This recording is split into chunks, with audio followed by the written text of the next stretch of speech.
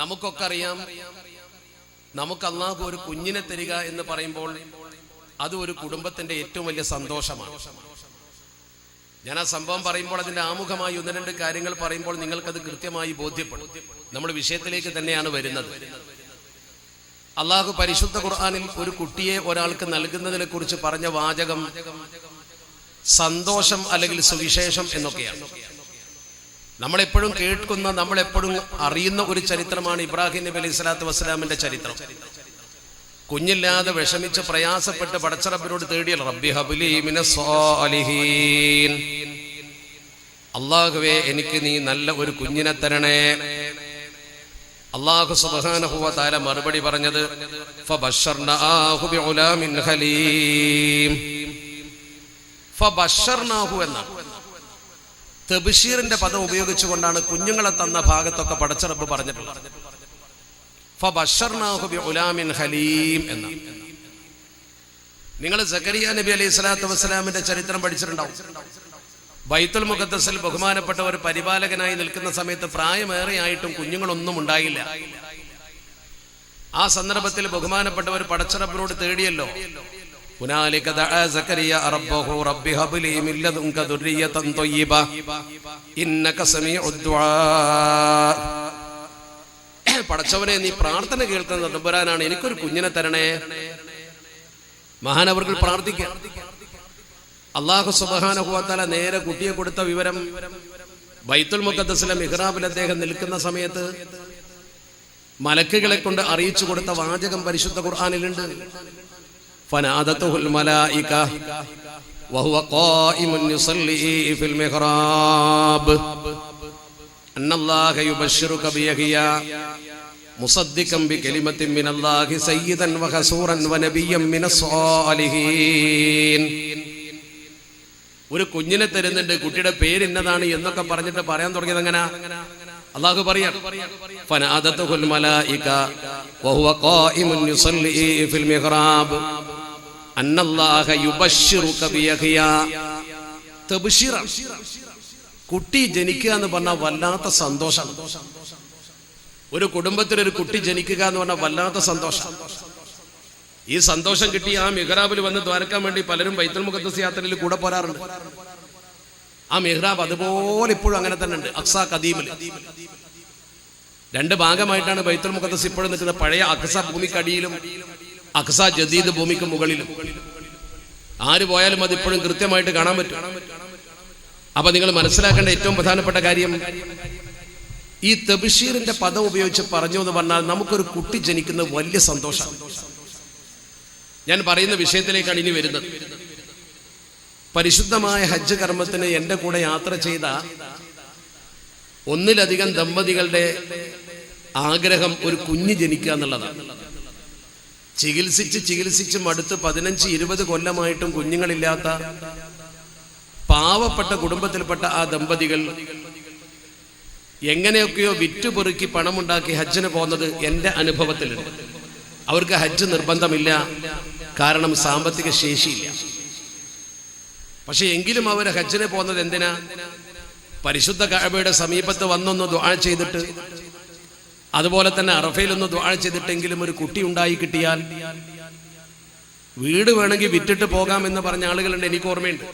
എന്തിനാ വീട്? കുഞ്ഞുങ്ങളില്ലാതെ ഒരു കുട്ടി ജനിച്ചാൽ പിന്നെ നമുക്ക് അധ്വാനിച്ച് പിന്നെന്തെങ്കിലും ഒക്കെ ഉണ്ടാക്കിക്കൂടെ എന്ന് കരുതിയ ആളുകൾ. ഒരു കുട്ടി ജനിക്കാത്ത കുടുംബത്തിലെ ഏതെങ്കിലും സ്ത്രീകളോ പുരുഷന്മാരോ ഉണ്ടെങ്കിൽ അവർക്കറിയാം അതിന്റെ സങ്കടം. ആ സങ്കടം വളരെ വലുതാണ്. ആ ആഴം അളക്കാൻ പറ്റൂല. ഒരു കുട്ടി ജനിക്കാൻ വീട് വിറ്റിട്ട് പണമുണ്ടാക്കി ഹജ്ജിന് പോകുന്ന ദമ്പതികളെ എനിക്കറിയാം. മനസ്സിന്റെ വേദനയാണ് ഇത്. നിങ്ങളെ മനസ്സിന്റെ ഒരു കോണിൽ വെക്ക്. ഞാൻ ഈ പറഞ്ഞ ചരിത്രം നിങ്ങളുടെ മനസ്സിന്റെ ഒരു കോണിൽ അവിടെ സൂക്ഷിക്കുക. അടുത്തത് പറയുന്നതിലേക്ക് അത് കൂട്ടിച്ചേർക്കും. തർബിയത്ത് എന്ന് പറയുന്നൊരു സംഗതിയുണ്ട്. ആ കുട്ടിയെ ശരിക്ക് അള്ളാഹു ഫിത്രത്തിൽ തന്ന കുട്ടിയെ തർബിയത്ത് ചെയ്ത് നന്നാക്കി എടുക്കേണ്ട ബാധ്യത നമുക്കുണ്ട്. എന്തിനാണ് നമുക്ക് കുട്ടികൾ എന്ന ചോദ്യത്തിന്റെ മറുപടി ആദ്യം പഠിക്കണം. നമ്മൾ ഈ ലോകത്ത് ശാശ്വതമായി ജീവിക്കാൻ വന്നവരല്ല. നമ്മളൊക്കെ കുട്ടി വേണമെന്ന് പറയുന്നതിന്റെ ലക്ഷ്യവും യഥാർത്ഥത്തിൽ ഒരു കുട്ടിയെ അള്ളാഹു തരണമെന്നതിന്റെ ഉദ്ദേശവും രണ്ടാണ്. നമ്മളൊക്കെ കുട്ടി വേണമെന്ന് ആഗ്രഹിക്കുന്ന ലക്ഷ്യം എന്താ? എന്താ പെൺകുട്ടികൾ ജനിച്ചാൽ പോലും ആൺകുട്ടി വേണമെന്ന് തോന്നാൻ കാരണം എന്താ? സത്യത്തിൽ നമ്മളെ പരിപാലിക്കാനും സ്നേഹിക്കാനും കുടുംബം നോക്കാനും പെൺകുട്ടിയാണല്ലോ നല്ലത്. എന്നാലും ആളുകൾക്ക് ആവശ്യം ആൺകുട്ടിയാ. എന്താ കാരണം? ലക്ഷ്യം ഒന്നാണ്, നമ്മുടെ അനന്തര സ്വത്ത് സംരക്ഷിക്കപ്പെടണം, നമ്മൾ ഉണ്ടാക്കി വെച്ച സ്വത്തിന് അവകാശി വേണം. ഇതാണ് പ്രശ്നം, മറ്റൊന്നുമല്ല. അതിനാണ് ആൺകുട്ടി തന്നെ വേണം. പെൺകുട്ടിയാകുമ്പോൾ സ്വത്ത് പുറത്തു പോകാൻ സാധ്യതയുണ്ട്. അതുകൊണ്ട് തന്നെ പെൺകുട്ടിയാകുമ്പോൾ സ്വത്ത് മറ്റുള്ളവർക്ക് വീതം വെച്ചെടുക്കാൻ അവസരമുണ്ടാകുമെന്നതുകൊണ്ട് പെൺകുട്ടി പോരാ, പെൺകുട്ടിയും വേണം, ആൺകുട്ടിയും വേണം. എന്നാൽ നേരത്തെ ഞാൻ സൂചിപ്പിച്ച ബഹുമാനപ്പെട്ട സക്കരിയ നബി അലൈഹി സ്വലാത്തു വസ്സലാം പടച്ച റബ്ബിനോട് പറഞ്ഞെടുത്ത് പഠിക്കണം. ആദ്യം സക്കരിയ നബി തങ്ങൾ പടച്ച റബ്ബിനോട് പറഞ്ഞെന്താ? അല്ലാഹുവേ, നീ എനിക്കൊരു കുട്ടിയെ കൊണ്ട. എന്തിനാണ് കുട്ടിയെ തരുന്നത്? വഇന്നീ ഖിഫ്തുൽ മവാലിയ മിൻ വറാഇ വകാനത് ഇംറഅതി ആകിറ ഫഹബ്ലി മിൻ ലദുൻക വലിയ യരിസുനി വയരിസു മിൻ ആലി യഅഖൂബ്. ആ ആയത്തിലെല്ലാം അടങ്ങിയിട്ടുണ്ട്. എന്താണ് പറഞ്ഞത്? വഇന്നീ ഖിഫ്തുൽ മവാലിയ മിൻ വറാഇ. ബനീ ഇസ്രായേലിൽപ്പെട്ട അദ്ദേഹത്തിന്റെ തലമുറയെ കുറിച്ചാണ് പറയുക. അവരൊക്കെ പിഴച്ചു പോകുന്നൊരു പേടി എനിക്കുണ്ട്. എന്റെ പിൻഗാമികൾ വഴിതെറ്റും, മാർഗഭ്രംശം അവർക്ക് സംഭവിക്കുമെന്ന ഭയം എനിക്കുണ്ട്. വഇന്നീ ഖിഫ്തുൽ മവാലിയ മിൻ വറാഇ വകാനത് ഇംറഅതി ആകിറ. എന്റെ ഭാര്യ വന്ധ്യയാണ്, അവർക്ക് കുട്ടികളില്ല. അതുകൊണ്ട് ഫഹബ്ലി മിൻ ലദുൻക വലിയ. പടച്ചവനെ, നിങ്കിൽ നിന്ന് എനിക്കൊരു കുഞ്ഞിനെ നീ തരണേ. എന്തിനാണ് ആ കുട്ടി? യരിസുനി വയരിസു മിൻ ആലി യഅഖൂബ്. യരിസുനി, ആ കുട്ടി എന്റെ അനന്തരഗാമിയാകും, എന്റെ അനന്തരമെടുക്കും. വയരിസു മിൻ ആലി യഅഖൂബ്, യഅഖൂബ് സന്തതികളുടെയും അനന്തരമെടുക്കും. അവിടെയാണ് പ്രശ്നം. ഒരു കുടുംബത്തിൽ ഒരു കുട്ടി ജനിച്ചാൽ ബാപ്പാന്റെ അനന്തര സ്വത്ത് എടുക്കും. ഒരു കബീലന്റെ മുഴുവൻ അനന്തര സ്വത്ത് എങ്ങനെ എടുക്കുക? ആലു യാക്കോബിന്റെ അനന്തര സ്വത്ത് മുഴുവൻ എങ്ങനെ ഈ കുട്ടിക്ക് കിട്ടുക? എന്താണ് ഖുർആൻ ഈ പറയുന്നത്? യരിസുനി എന്ന് പറഞ്ഞ് നിർത്തിയാൽ നമുക്ക് മനസ്സിലാക്കാൻ പോരാ. വയരിസു മിൻ ആലി യഅഖൂബ്. ആലു യാക്കോബിന്റെ അനന്തരം മുഴുവൻ ഈ കുട്ടി എടുക്കുന്ന പറഞ്ഞത്. എന്താ ഈ പറഞ്ഞതിന്റെ അർത്ഥം? എന്താണ് അതിന്റെ മാന? അതിനെ വ്യാഖ്യാനിച്ചു മഹാപണ്ഡിതന്മാർ. എന്താണ് അദ്ദേഹം പറഞ്ഞത്? വഇന്നീ ഖിഫ്തു അകാരിബി വഅസബതി. എന്റെ കുടുംബത്തെയും എന്റെ ബന്ധുമിത്രാദികളെയും ഞാൻ ഭയപ്പെടുന്നു. മിൻ ബഅദി മൗതി, എന്റെ മരണശേഷം. അല്ലാ യഖൂമു ബിദീനിക ഹഖൽ ഖിയാം. അല്ലാഹുവേ, നിന്റെ ദീനിന്റെ മാർഗത്തിൽ അവർ ശരിക്ക് നിലകൊള്ളുമെന്ന് എനിക്ക് ഉറപ്പില്ല. അവരെ നേർവഴിക്കാക്കാൻ ഒരാളില്ലെങ്കിൽ അവർ നേർവഴിക്ക് നിൽക്കുമെന്ന് എനിക്ക് ഉറപ്പില്ല. വലാ യദ്ഉ ഇബാദക ഇലൈക്, നിന്റെ അടിമകളെ ഈ ദീനിലേക്ക് ക്ഷണിക്കാൻ ആളുണ്ടാവില്ല. വകാനത്ത് സൗജതി ആകിറൻ ലാ തലിദു, എന്റെ ഭാര്യയാണെങ്കിൽ പ്രസവിക്കാത്ത പെണ്ണുമായി പോയി. ഫർസുഖ്നി മിൻ ഇൻദിക വലദൻ വാരിസൻ വമുഈനാ. അതുകൊണ്ട് പടച്ചവനെ, എനിക്ക് നിങ്കിൽ നിന്ന് എന്നെ സഹായിക്കുന്ന ഈ കുടുംബത്തെ ദീനിൽ ഉറപ്പിച്ചു നിർത്താൻ, ദീൻ പ്രബോധനം ചെയ്യാൻ, ഈ തലമുറക്ക് ദീന് നിലനിർത്തി കൊടുക്കാൻ എനിക്കൊരു കുഞ്ഞിനെ തരണേ. അതിനാണ് കുട്ടി, അതിനാണ് കുഞ്ഞ്. ഈ തലമുറക്ക് ശരിക്ക് ദീൻ നിലനിർത്തി കൊടുക്കാൻ നമുക്കൊരു കടമയുണ്ട്. മാലിക് ഇബ്നു ദിനാർ റളിയല്ലാഹു തആല അൻഹു സംഘവും കടല് കടന്നു വന്ന് ഇവിടെ ദീൻ എത്തിച്ചത്, ഈ സമൂഹത്തിന് ദീൻ കൊടുത്താൽ അതിന്റെ പ്രതിഫലം വളരെ വലുതാണെന്ന ബോധ്യമുള്ളത് കൊണ്ടാണ്. നമ്മൾ മരിച്ചാലും അള്ളാഹുവിന്റെ ദീൻ ഇവിടെ നിലനിൽക്കണം. നമ്മുടെ സ്വത്ത് നിലനിന്നാ പോരാ, അള്ളാന്റെ ദീൻ ഇവിടെ നിലനിർത്തേണ്ട കടമ നമുക്കുണ്ട്. ആ കടമ അള്ളാഹു സുബ്ഹാനഹു വ തആല നമ്മളെ ഏൽപ്പിച്ചതാ. നമ്മൾ കുട്ടി എന്തിനാന്ന് ചോദിച്ചാൽ സ്വത്ത് നിലനിൽക്കാനാ? പോരാ, നമ്മുടെ സ്വത്ത് നിലനിന്നാ പോരാ. നമ്മുടെ സ്വത്ത് നിലനിൽക്കുക എന്നത് നമ്മുടെ സ്വന്തം സ്വാർത്ഥ താല്പര്യമാണ്. എന്നാൽ അതിനേക്കാൾ നമ്മൾ മുൻഗണന കൊടുക്കേണ്ടത് അള്ളാഹുവിന്റെ ദീൻ നിലനിർത്താനാണ്. ഞാൻ ചോദിക്കട്ടെ, നിങ്ങൾ ഓരോരുത്തരും ദീൻ നിലനിർത്താൻ എന്ത് ചെയ്തു? നിങ്ങൾക്കൊരു കുട്ടിയെ പടച്ചിറപ്പ് തരുന്നത് ഈ ദീൻ നിലനിർത്താനാ. അള്ളാന്റെ റസൂൽ ഇവിടെ ഉമ്മത്ത് പെരുകണമെന്ന് പറഞ്ഞത് ജനസംഖ്യ വർദ്ധിപ്പിച്ചുകൊണ്ട് ആരെങ്കിലും പേടിപ്പിക്കാനല്ല. മുസ്ലിങ്ങളെ ജനസംഖ്യ പെരുപ്പിച്ചുകൊണ്ട് ലോകം ഭരിക്കാൻ പ്രാപ്തരാക്കാനല്ല. അള്ളാഹുവിന്റെ പരിശുദ്ധ ദീൻ ലോകത്തിന്റെ നാനാഭാഗത്തും പ്രബോധനം ചെയ്യാനാണ്. മുഖാതറത്തുൽ ഉമ്മമിന്റെ ഉദ്ദേശം അതാണ്. അള്ളാഹ് റസൂലിന്റെ ഉമ്മത്ത് ദീൻ ഉൾക്കൊണ്ട ഒരു ഉമ്മത്ത് ഇവിടെ വേണം.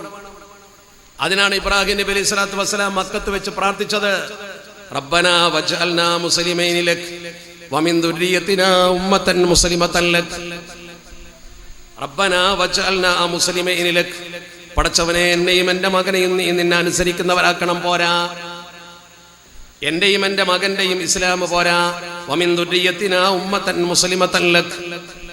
ഞങ്ങളുടെ പരമ്പരയിൽ ഇസ്ലാം ശരിക്കും ഇവിടെ നിലനിർത്തണം. അപ്പൊ ദീൻ നിലനിർത്തുക എന്ന ദൗത്യം നമ്മളെ ഏൽപ്പിച്ചിട്ടുണ്ട് പടച്ച റബ്ബ്. ആ ദൗത്യ നിർവഹണത്തിന് നിങ്ങൾ എന്തു ചെയ്തു എന്ന ചോദ്യത്തിന് നാളെ നിങ്ങൾക്ക് എന്ത് മറുപടി പറയാണ്ട്? മാലിക് ബിൻ ദിനാർ റളിയല്ലാഹു തആല അൻഹുവിനും സംഘവും മക്കത്ത് നിന്നിരുന്നുവെങ്കിൽ പരിശുദ്ധ ഹറമിൽ നിസ്കരിച്ചാൽ അവർക്ക് എത്ര ലക്ഷം പുണ്യം കിട്ടും? നേരെ മറിച്ച് അവർ ഇവിടെ വന്ന് കൊടുങ്ങല്ലൂരിൽ പള്ളി കെട്ടിയാൽ അവർക്ക് എന്ത് കിട്ടും? മക്കത്തെ ലക്ഷവും കൊടുങ്ങല്ലൂരിലെ പള്ളിയും തമ്മിൽ എന്താ അന്തരമുണ്ട്? എന്നിട്ടും എന്തിനെ അവരിവിടെ വന്നത്? ദീൻ എത്തിച്ചു കൊടുക്കുക എന്നുള്ളതാണ്. ദീൻ നിലനിർത്തുക എന്നത് ഈ ഭൂമുഖത്ത് ഏറ്റവും ഖൈറായ അമലാണ്. ആ കടമ നമ്മൾ നിർവഹിച്ചേ പറ്റൂ. അതിനാണ് നേതാക്കൾ മദ്രസ പ്രസ്ഥാനം ഉണ്ടാക്കിയത്, അതിനാണ് മഹല്ല് സംവിധാനം ഉണ്ടാക്കിയത്, അതിനാണ് ഓരോ വെള്ളിയാഴ്ചയും പള്ളിയിൽ വിളിച്ചിട്ട് ഇത്തഖുല്ലാ എന്ന് പഠിപ്പിക്കുന്നത്. നമ്മുടെ ദീനിയായ ജീവിതത്തിന്റെ അടിത്തറ എന്താണെന്ന് ബോധ്യം വരാതെ മുസ്ലിം എന്ന് പറഞ്ഞ് നടന്നത് കൊണ്ട് ഒരു പ്രയോജനവും കിട്ടൂല. അന്നം തേടാനുള്ള വിദ്യ പോരാ, ആഖിറം തേടാനുള്ള വിദ്യ കൂടി വേണം നടത്താം. അന്നവും ആഖിറവും കൂട്ടിച്ചേർത്തോളൂ, കുഴപ്പമില്ല. രണ്ടിലൊന്ന് മാത്രമാക്കണ്ട. ആക്കുന്നുവെങ്കിൽ അത് ആഖിറമാകണം. ഈ ലോകത്ത് 60 വയസ്സോ 70 വയസ്സോ അങ്ങനെ മാത്രമേ നമ്മൾ ജീവിക്കൂ. ലികുല്ലി ഷൈഇൻ ഹസാദ്. എല്ലാത്തിനും കൊയ്ത്തുകാലം വരും. തേങ്ങ വിളഞ്ഞാൽ കൊയ്യും, നെല്ല് വിളഞ്ഞാൽ വെട്ടും, എല്ലാവരെയും കൊയ്യും. ഇത് അള്ളാഹുവിന്റെ വിളയാണ് ഇരിക്കുന്നതൊക്കെ ഞാനും നിങ്ങളും. വഹസാദു ഉമ്മത്തി, എന്റെ ഉമ്മത്തിനെ കൊയ്തെടുക്കുന്നത് മാ ബൈന സിത്തീന വസബഈൻ, 60ന്റെയും 70ന്റെയും ഇടയ്ക്ക് നോർമലി നമ്മളെ അള്ളാഹു കൊയ്തു കൊണ്ടുപോകും. അഷ്റഫുൽ ഖൽഖ് മുഹമ്മദ് മുസ്തഫ സ്വല്ലല്ലാഹു അലൈഹി വസല്ലം. അള്ളാഹു നമുക്ക് ദീർഘായുസ് പ്രദാനം ചെയ്യട്ടെ. അപ്പൊ നമ്മളിവിടെ മനസ്സിലാക്കേണ്ട ഏറ്റവും പ്രധാനപ്പെട്ട കാര്യം എന്താ? ഇവിടെ നമ്മൾ മനസ്സിലാക്കേണ്ടത് ദീൻ നിലനിർത്തുക എന്ന ഒരു വലിയ ഉത്തരവാദിത്തം നമുക്കുണ്ട്. ആ ഉത്തരവാദിത്ത നിർവഹണത്തിന് നമ്മുടെ സമൂഹത്തിൽ ഏറ്റവും കൂടുതൽ പ്രവർത്തിക്കേണ്ട ആളുകൾ ഇനി ആരാ? ഇനിയൊരു പ്രവാചകൻ വരാനില്ല, ഇനിയൊരു പ്രബോധകൻ വരാനില്ല. നമ്മൾ തന്നെയാണ് ആ ദൗത്യം ഇനി നിർവഹിക്കേണ്ടത്. അതുകൊണ്ട് ഇസ്ലാമിക ദഅവത്ത് നിർവഹിക്കാൻ നമ്മുടെ മക്കളെ പ്രാപ്തനാക്കണമെങ്കിൽ എന്ത് വേണം? ആദ്യം നമ്മുടെ പ്രധാനപ്പെട്ട കടമയാണ് നമ്മുടെ മക്കൾക്ക് ദീൻ പഠിപ്പിച്ചു കൊടുക്കുക. നിങ്ങളെ മകനെ ഡിഗ്രിയോ PGയോ പഠിപ്പിച്ചില്ലെങ്കിൽ അള്ളാഹു ചോദിച്ചു കൊള്ളണം എന്നില്ല. എന്നാൽ നിങ്ങളെ കുട്ടിയെ നിങ്ങൾ മതം പഠിപ്പിച്ചില്ലെങ്കിൽ അള്ളാഹു ചോദിക്കും. പക്ഷെ ഇന്നത്തെ ഒരു യുഗത്തിൽ നമ്മുടെ കുട്ടിക്ക് മതം മാത്രം പഠിച്ചാൽ മതിയാകില്ല. മതം പ്രബോധനം ചെയ്യണമെങ്കിൽ തന്നെ വേണം ഭൗതിക വിദ്യ. ഭൗതിക വിദ്യാഭ്യാസമില്ലാത്ത ഒരാൾക്ക് ഇന്ന് സമൂഹത്തെ അഭിസംബോധന ചെയ്യാൻ കഴിയില്ല. ദൗർഭാഗ്യവശാൽ നമ്മുടെ ഇന്നത്തെ അവസ്ഥ എന്തെന്ന് ചോദിച്ചാൽ ഒറ്റയടിക്ക് സമത്വ കേരള ഇസ്ലാമത വിദ്യാഭ്യാസ ബോർഡിൽ നിന്നൊരു കണക്കെടുത്താൽ നമുക്ക് കിട്ടും. സമത്വ കേരള ഇസ്ലാമത വിദ്യാഭ്യാസ ബോർഡിന്റെ പൊതുപരീക്ഷയിൽ ഏകദേശം 40 ലക്ഷത്തിലധികം കുട്ടികൾ 5ാം ക്ലാസ് മദ്രസ പാസ്സായപ്പോൾ അതിന്റെ പകുതി കുട്ടികൾ പോലും 7ാം ക്ലാസ്സിൽ എത്തിയിട്ടില്ല. ഇത്ര കാലം സർട്ടിഫിക്കറ്റ് കൊടുത്ത കണക്ക് പരിശോധിച്ചാൽ മതി. ഏതൊരു മദ്രസയിലും ഏതൊരു നാട്ടിലും പോയി നിങ്ങൾ പഠിച്ചു നോക്കി. നമ്മുടെ സമുദായം ഇത്രമാത്രം അധപ്പതിച്ചു പോകാനും സകല വൃത്തികേടിലും നമ്മുടെ മക്കൾ ഉണ്ടാവാനും കാരണം എന്താണ്? 10,000-ത്തിലധികം മദ്രസകൾ നമ്മൾ നടത്തുന്നുണ്ട്, 1000-കണക്കിന് പള്ളി ദർസുകൾ നമ്മൾ നടത്തുന്നുണ്ട്, 100-കണക്കിന് അറബി കോളേജുകൾ നമ്മൾ നടത്തുന്നുണ്ട്. ഇതൊക്കെ നടത്തിയിട്ട് മുസ്ലിം ഉമ്മത്തിൽപ്പെട്ട ചെറുപ്പക്കാർ പലപ്പോഴും വൃത്തികേടിന്റെ തലപ്പത്ത് എന്തുകൊണ്ട് എത്തുന്നു? ഈ പഠിക്കുന്നതിലൊക്കെ നമ്മൾ മനസ്സിലാക്കേണ്ട ഒരു കാര്യം, അറബി കോളേജിലും പള്ളി ദർസിലും പഠിക്കുന്ന നമ്മുടെ സമൂഹത്തിൽ ചെറിയ ശതമാനം മാത്രമേ ഉള്ളൂ. മദ്രസയിൽ ബഹുഭൂരിപക്ഷം കുട്ടികളും പഠിക്കുന്നുണ്ട്. എന്നിട്ടും എന്തേ ഫലം ഇങ്ങനെ?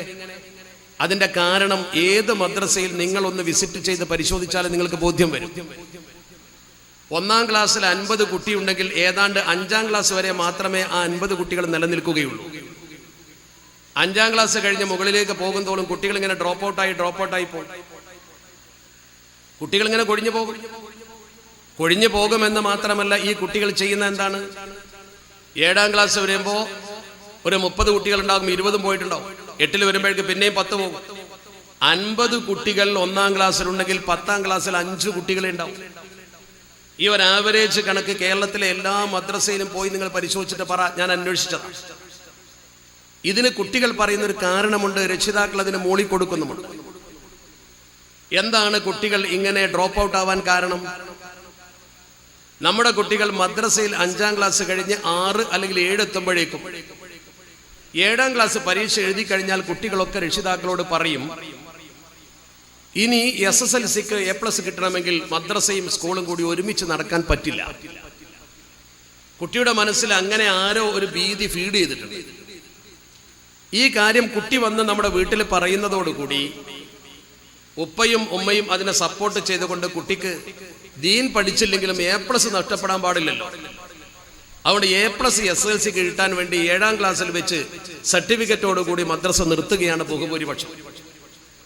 ഇതുകൊണ്ട് സംഭവിക്കുന്ന അപകടം എന്തെന്ന് ചോദിച്ചാൽ, മരണം വരെ ആ കുട്ടി പാലിക്കേണ്ട ഇസ്ലാമിക ബോധനം ആ കുട്ടിക്ക് തടയപ്പെടുകയാണ്. ആ കുട്ടി ഈ 7ാം ക്ലാസ്സിലെത്തുമ്പോൾ ശരിക്കൊരു 12 വയസ്സ് പ്രായമേ ആയിട്ടുണ്ടാവും. 12 വയസ്സ് പ്രായമായൊരു കുട്ടിക്ക് ശരിക്കും പ്രായപൂർത്തി ആയിട്ടുണ്ടാവില്ല. ഇനി പ്രായപൂർത്തിയുടെ ലക്ഷണം എന്തെങ്കിലും നിങ്ങൾ കണ്ടാലും ശരി, ബുദ്ധി വികസിച്ചിട്ട് വിവേകം എന്ന ഒന്ന് ആ കുട്ടിക്ക് 12ാം വയസ്സിലില്ല. നമ്മുടെ ഭാഷയിൽ പറഞ്ഞാൽ റഷീദായി ബുലു ആയിട്ടില്ല എന്നർത്ഥം. ശരിക്കും ശ്രദ്ധിക്കണം, റഷീദായി ബുലു ആകുക എന്ന വലിയ വിഷയമാണ്. തിരിച്ചറിവോട് കൂടിയുള്ള ഒരു പ്രായപൂർത്തി ആ കുട്ടിക്ക് ആയിട്ടില്ല. ആ സമയത്ത് നിങ്ങൾ ആ കുട്ടിയെ 7ാം ക്ലാസ്സിൽ നിന്ന് പിൻവലിക്കാൻ സമ്മതിച്ചാൽ മരണം വരെ ആ കുട്ടി ജീവിതത്തിൽ പുലർത്തേണ്ട ശർഈയായ അഹ്കാമുകൾ പലതും ആ കുട്ടിക്ക് അറിയില്ല. ബാപ്പ നാളെ പടച്ച റബ്ബിനോട് സമാധാനം പറയേണ്ടി വരും, ഉമ്മ സമാധാനം പറയേണ്ടി വരും. ഉത്തരവാദിത്വം രക്ഷിതാക്കൾക്കുണ്ട് എന്ന കാര്യം ശരിക്കും നിങ്ങൾ മനസ്സിലാക്കണം. കുട്ടികളല്ല കുറ്റക്കാര്. നമ്മുടെ കുട്ടികൾ വഴിയരികിൽ വൃത്തികേട് ചെയ്യുന്നുണ്ടെങ്കിൽ, അവരുടെ ജീവിതത്തിൽ താളഭംഗം വന്നു പോയിട്ടുണ്ടെങ്കിൽ അതിന്റെ ഒന്നാമത്തെ ഉത്തരവാദിത്തം ഉപ്പാക്കും ഉമ്മാക്കുമാണ്. എന്താ കാരണം? റഷീദായി ബുലു ആകുന്നത് വരെ മക്കൾക്ക് ദീൻ നമ്മൾ പഠിപ്പിച്ചു കൊടുത്തിട്ടില്ല. ചുരുങ്ങിയത് ഇന്നത്തെ സാഹചര്യത്തിൽ 12ാം ക്ലാസ് വരെ മദ്രസ സമത്വക്കുണ്ട്. മിനിമം ഒരു 10ാം ക്ലാസ് വിദ്യാഭ്യാസമെങ്കിലും കുട്ടിക്ക് കൊടുക്കണ്ടേ, മദ്രസയിൽ പഠിപ്പിക്കണ്ടേ? ഇനി മദ്രസയിൽ പഠിക്കുന്ന കുട്ടികളുടെ ഗതി എന്താ? ഒട്ടുമിക്ക ഈ മേഖലയിലെ മദ്രസകളും എന്റെ അറിവിൽപ്പെട്ടിടത്തോളം രാവിലെയാണ് നടക്കുന്നത്. ഒരു 6 മണി മുതൽ തുടങ്ങും. 1.5 മണിക്കൂർ എന്ന് പറയും, പക്ഷെ 1 മണിക്കൂറേ കിട്ടും. ആ 1 മണിക്കൂർ ആകുമ്പോഴേക്കും അടുത്ത ബാച്ച് വരാനായി, ഇവർക്ക് സ്കൂളിലേക്ക് ദൂരെ പോകാനായി. ഇത് നമ്മുടെ നാട്ടിലൊക്കെ നടക്കുന്ന ഒരു സംഗതിയാണ്. എന്നാൽ ഇന്നത്തെ കാലഘട്ടത്തിൽ സ്കൂളിൽ പഠിപ്പിക്കേണ്ട കുട്ടിക്കൊരു മിനിമം ഡിഗ്രി എങ്കിലും കിട്ടണം എന്നൊക്കെ നമ്മൾ പറയേണ്ടി വരും. പഠിപ്പിക്കേണ്ടെന്ന് പറയാൻ കഴിയില്ല. അതുകൊണ്ട് ഇതിനെ നമുക്ക് എങ്ങനെ സമന്വയിപ്പിക്കാം എന്നാണ് നമ്മൾ ചിന്തിക്കേണ്ടത്. ഒരു അധ്യാപകൻ ക്ലാസ്സിൽ വന്ന് പാഠം തുടങ്ങുമ്പോഴേക്കും കുട്ടിയെ സ്കൂളിലേക്ക് കൊണ്ടുപോകുന്ന ബസ് വന്നാൽ അതിന് പ്രാധാന്യം കൽപ്പിച്ചുകൊണ്ട് അള്ളാഹുവിന്റെ ദീനീ സ്ഥാപനത്തിൽ നിന്ന് കുട്ടിയെ പുറത്തിറക്കി അവിടെ ചേർത്ത് പഠിപ്പിച്ച് എന്റെ കുട്ടി ഭൗതിക വിദ്യാഭ്യാസ രംഗത്ത് മികച്ചു നിൽക്കുന്നു എന്ന് അഭിമാനിക്കുന്ന രക്ഷിതാക്കളുണ്ടല്ലോ, അവർ മനസ്സിലാക്കേണ്ട ഒരു പ്രധാനപ്പെട്ട കാര്യമുണ്ട്. അവര് നാളെ പരലോകത്ത് പടച്ച റബ്ബിന്റെ മുമ്പിൽ വരും. അള്ളാഹുവിന്റെ മുമ്പിൽ വന്നിട്ട് അള്ളാഹുവിന്റെ മുമ്പിൽ ഇവർ കണക്കെടുക്കും. നിങ്ങൾ മനസ്സിലാക്കിയിട്ടുണ്ടോ? നാളെ മഅ്ശറ വൻസഭയിൽ ഇപ്പൊ ഈ മദ്രസ മുറ്റത്ത് നമ്മൾ കൂടിയതുപോലെ, കവായി മദ്രസയുടെ മുറ്റത്ത് നമ്മൾ ഇരിക്കുന്നത് പോലെ, ഇതിനേക്കാൾ വലിയ ജനസഞ്ചയത്തെ ആവാഹിക്കാൻ കെൽപ്പുള്ള പടച്ച റബ്ബിന്റെ മഅ്ശറയിൽ നമ്മൾ എത്തും. ആ മഅ്ശറയിൽ എത്തുമ്പോൾ ഓരോ കുടുംബവും പരസ്പരം തിരിച്ചറിയും. ഭർത്താവും ഭാര്യയും മക്കളും ഒക്കെ പ്രത്യേകം ഗ്രൂപ്പായി നിൽക്കും. ഗ്രൂപ്പ് തിരിക്കൊന്നും വേണ്ട, അങ്ങനെ ആവും. അള്ളാഹുവിന്റെ പരിശുദ്ധ ഹബീബ് അഷ്റഫുൽ ഖൽഖ് മുഹമ്മദ് മുസ്തഫ സ്വല്ലല്ലാഹു അലൈഹി വസല്ലമ തങ്ങൾ പറയുന്നു, ഇന്ന അവ്വല മാ യതഅല്ലഖു ബിർറജുലി ഫിൽ ഖിയാമ, നാളെ പരലോകത്ത് ആദ്യമായി ഖിയാമത്ത് നാളിൽ പരസ്പരം ബന്ധപ്പെടുന്നത്, അല്ലെങ്കിൽ പരസ്പരം തിരിച്ചറിയുന്നത്, അല്ലെങ്കിൽ നമ്മൾ ആ ഖിയാമത്ത് നാളിൽ മഅ്ശറ വൻസഭയിൽ പരസ്പരം ഗ്രൂപ്പായി നിൽക്കുന്നത്, അഖ്ലുഹു വവൽദുഹു, ഒരു മനുഷ്യന്റെ മക്കളും അവന്റെ കുടുംബവുമാണ്. ഭാര്യയും മക്കളും ഒന്നിച്ചൊരുമിച്ച് കൂടിയിട്ട് ഭർത്താവിനെ അല്ലെങ്കിൽ കുടുംബത്തിന്റെ നാഥനെ മുമ്പിൽ നിർത്തും. ഫയുഖിഫൂന ബൈന യദൈല്ലാഹി തആല, ആ കുടുംബത്തിന്റെ നാഥനെ പടച്ച റബ്ബിന്റെ മുമ്പിലേക്ക് അവർ നിർത്തും. ശരിക്കും ശ്രദ്ധിക്കണം, ഞാൻ പറയുന്നത് നിങ്ങളെ കുറിച്ചാണ് പറയുന്നത്, എന്നെ കുറിച്ചാണ് പറയുന്നത്. നമ്മുടെ മക്കൾ നമ്മളെ നാളെ പടച്ച റബ്ബിന്റെ മുമ്പിലേക്ക് നിർത്തും. ഇത് സത്യമാണ്. സാദിഖുൽ മസ്തൂഖായ മുത്തുനബി അഷ്റഫുൽ ഖൽഖ് മുഹമ്മദ് മുസ്തഫ സ്വല്ലല്ലാഹു അലൈഹി വസല്ലമ തങ്ങൾ പഠിപ്പിച്ച കാര്യമേ ഞാൻ പറയുന്നുള്ളൂ. ശ്രദ്ധിക്കണേ. മഅ്ശറ വൻസബയിൽ നമ്മുടെ മുമ്പിലേക്ക് നിർത്തിയിട്ട് അള്ളാഹുവിന്റെ മുമ്പിൽ വെച്ചുകൊണ്ട് നമ്മുടെ ഭാര്യയാണെങ്കിൽ ഭാര്യ, മക്കളാണെങ്കിൽ മക്കള്, ഇനി ഉമ്മയാണെങ്കിൽ ഉമ്മാനെ കുറിച്ച് മക്കൾ പടച്ച റബ്ബിനോട് പറയും, യാ റബ്ബനാ ഖുദ് ലനാ ബിഹഖിനാ മിൻഹു, യാ റബ്ബനാ ഞങ്ങളെ രക്ഷിതാവേ, ഖുദ് ലനാ ഞങ്ങൾക്ക് നീ വാങ്ങി തരണേ, പടച്ചവനെ ഈ മനുഷ്യന്റെ കയ്യിൽ നിന്ന് ഞങ്ങൾക്ക് നീ വാങ്ങി തരണേ, ഹഖന ഞങ്ങളെ അവകാശം, ഖുദ് ലനാ ബിഹഖിനാ മിൻഹു ഈ മനുഷ്യന്റെ കയ്യിൽ നിന്ന് ഞങ്ങൾക്ക് അവകാശം വാങ്ങി തരണം. ഏതവകാശം? സ്വത്തവകാശമല്ല, നിങ്ങൾ കെട്ടിപ്പൂട്ടി വെച്ച പോറ്റി വളർത്തിയ മക്കൾക്ക് കൊടുക്കാനുള്ള ധനമല്ല, നിങ്ങൾ ഏറ്റവും കൂടുതൽ സ്നേഹിക്കുന്ന ദുന്യാവിലെ സമ്പത്തല്ല കൂട്ടരെ. ഞങ്ങൾക്കൊരു ഹക്കുണ്ട്, ദീനെന്താണെന്ന് ഞങ്ങൾക്ക് പഠിപ്പിച്ചു തരാൻ ഇയാൾക്ക് അവകാശമുണ്ടായിരുന്നു. എന്നിട്ട് ആ കുട്ടികൾ പറയും,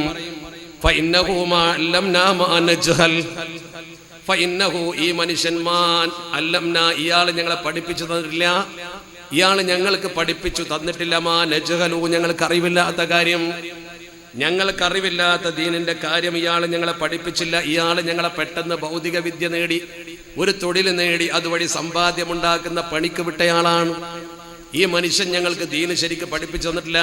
വകാന യുതഇമുൽ ഹറാം ഈ മനുഷ്യൻ ഞങ്ങൾക്ക് ഹറാമ് തീറ്റിയിട്ടുണ്ട്, ഇയാൾ ഞങ്ങൾക്ക് ഹറാമ് തീറ്റിയിട്ടുണ്ട്. നേരായ മാർഗത്തിലല്ലാതെ മക്കളെ പോറ്റുന്നവർ, വട്ടിപ്പലിശ കൊണ്ട് മക്കളെ പോറ്റുന്നവർ, ആരാന് കൊടുക്കാനുള്ള ഹക്ക് പിടിച്ചു വെച്ചുകൊണ്ട് മക്കളെ പോറ്റുന്നവർ, സക്കാത്ത് കൊടുക്കാതെ മക്കളെ പോറ്റുന്നവർ കരുതിക്കോ, വനഹ്നു ലാ നഅലം ഞങ്ങൾക്കതറിയില്ലായിരുന്നു പടച്ചവനെ, ഞങ്ങൾ തിന്നത് ഹറാമാണെന്ന്, ഞങ്ങൾ തിന്നത് ഹറാമാണെന്ന് ഞങ്ങൾക്കറിയില്ലായിരുന്നു റബ്ബേ.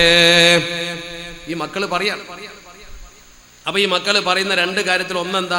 ഇയാള് ഞങ്ങൾക്ക് ദീൻ എന്താന്ന് പഠിപ്പിച്ചു തന്നിട്ടില്ല. അതൊരു വലിയ ആരോപണം നിങ്ങൾക്ക് വരും. നിങ്ങൾ ചിലപ്പോൾ നിങ്ങളെ മക്കൾക്ക് നല്ല ഉടയാട വാങ്ങി കൊടുത്തിട്ടുണ്ടാവും, നല്ല ഫുഡ് വാങ്ങി കൊടുത്തിട്ടുണ്ടാവും, നല്ല ആഭരണം വാങ്ങി കൊടുത്തിട്ടുണ്ടാവും, നിങ്ങളെ മക്കൾക്ക് വേണ്ടതൊക്കെ ചെയ്തു കൊടുത്തിട്ടുണ്ടാവും. പക്ഷേ ശർഈയായി നിങ്ങൾക്ക് നല്ലൊരു വസ്ത്രം വാങ്ങി തന്നില്ല എന്ന് മക്കൾ പറയില്ല. എന്താ കാരണം? ആവശ്യത്തിനുള്ളത് കൊടുത്താൽ മതി. നമ്മളിപ്പോ ശരിക്കും ഇസ്രാഫും തബ്ദീറും ചെയ്യുന്ന ആൾക്കാരാ. നല്ല നിലക്ക് മക്കളെ പോറ്റുന്നവർ ഇസ്രാഫും ചെയ്യുന്നുണ്ട്, തബ്ദീറും ചെയ്യുന്നുണ്ട്. എന്താ ഇസ്രാഫും തബ്ദീറും? രണ്ടാണ്. നമ്മളെ കുടുംബത്തിലൊക്കെ ഉണ്ട്, ഒരുപാട് ദുർവ്യയുണ്ട്. ഇസ്രാഫ് എന്ന് പറഞ്ഞാൽ എന്താ? നമ്മളൊരു കാര്യത്തിന് വേണ്ടി ചെലവാക്കേണ്ടത് തന്നെയാണ്. അൽ ഇസ്രാഫു ഫീമാ യഅനീഹി ആവശ്യത്തിന് ചെലവാക്കല. പക്ഷേ എങ്ങനെ ചെലവാക്കുക? ആവശ്യത്തെക്കാൾ ഏറെ ചെലവാക്കുക. ആവശ്യമുള്ളതിന് ആവശ്യത്തെക്കാൾ ഏറെ ചെലവാക്കലാണ് ഇസ്രാഫ്. തബ്ദീർ എന്ന് പറഞ്ഞാൽ ആവശ്യമില്ലാത്തതിന് ചെലവാക്കല. മാലായം വഴിക്ക് ചെലവാക്കലാണ് തബ്ദീർ. രണ്ടും പറ്റൂല. ആ ചെലവാക്കിയതിനെ കുറിച്ചൊക്കെ പടച്ചറപ്പ് വേറെ ചോദിക്കും. പക്ഷെ മക്കൾക്ക് ഇൽമ പഠിപ്പിക്കാൻ നിങ്ങൾ എത്ര ചെലവാക്കിയാലും നിങ്ങൾക്ക് ഖൈറേ കിട്ടും. അതിന് നിങ്ങൾ പിശുക്കിയിട്ടൊരു കാര്യമല്ല. അപ്പൊ ഇതിനൊരു പരിഹാരം എന്താണെന്ന് ചോദിച്ചാൽ, കുട്ടികളെ എടങ്ങേറാക്കിയിട്ട് കാര്യമില്ല. ആദ്യം നിങ്ങളൊരു സെൽഫ് കോൺഫിഡൻസിൽ എത്തണം, ആത്മവിശ്വാസം. എന്നിട്ട് കുട്ടികൾക്ക് ആത്മവിശ്വാസം ഉണ്ടാക്കി കൊടുക്കാൻ തെളിവെന്താ?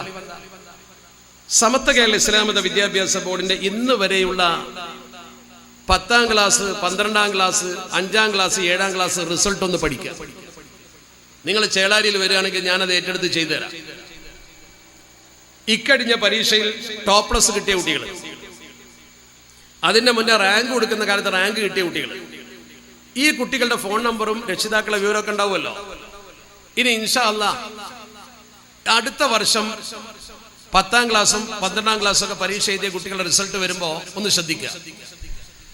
ചേളാരി ഓഫീസിൽ വിളിച്ചാൽ അവരെ വീട്ടുകാരെ നമ്പർ ഇട്ടു, ഒന്ന് വിളിച്ചു നോക്കുക. 10ാം ക്ലാസ്സിൽ സമത്വയുടെ മദ്രസയിൽ ഒരു കുട്ടിക്ക് ടോപ്പ് പ്ലസ് കിട്ടിയിട്ടുണ്ടെങ്കിൽ സ്കൂളിൽ SLC പരീക്ഷയിൽ മുഴുവൻ A+ കിട്ടിയിട്ടുണ്ട്. ഇവിടെ നല്ല മാർക്ക് കിട്ടുന്ന കുട്ടിക്ക് അപ്പുറത്ത് നല്ല മാർക്ക് കിട്ടും, ഒരു കുറവും വന്നിട്ടില്ല. അതെന്താ? പഠിക്കുന്ന കുട്ടികൾക്ക് രണ്ടും ചെയ്യാൻ പറ്റും. അതിന് മാത്രമേ ഇത് പഠിക്കാനുള്ളൂ, അതിന് മാത്രമേ ഈ സംഗതിയുള്ളൂ. മദ്രസയിൽ പഠിച്ചു എന്നതുകൊണ്ട് ഒരൊറ്റ കുട്ടിക്കും സ്കൂളിൽ A+ നഷ്ടപ്പെടില്ല. കാരണം രണ്ടിന്റെയും പരീക്ഷ രണ്ട് സമയത്ത് വരും, അഡ്ജസ്റ്റ്മെന്റ് ഉണ്ടാകും, സുഖമായിട്ട് പഠിക്കാൻ പറ്റും.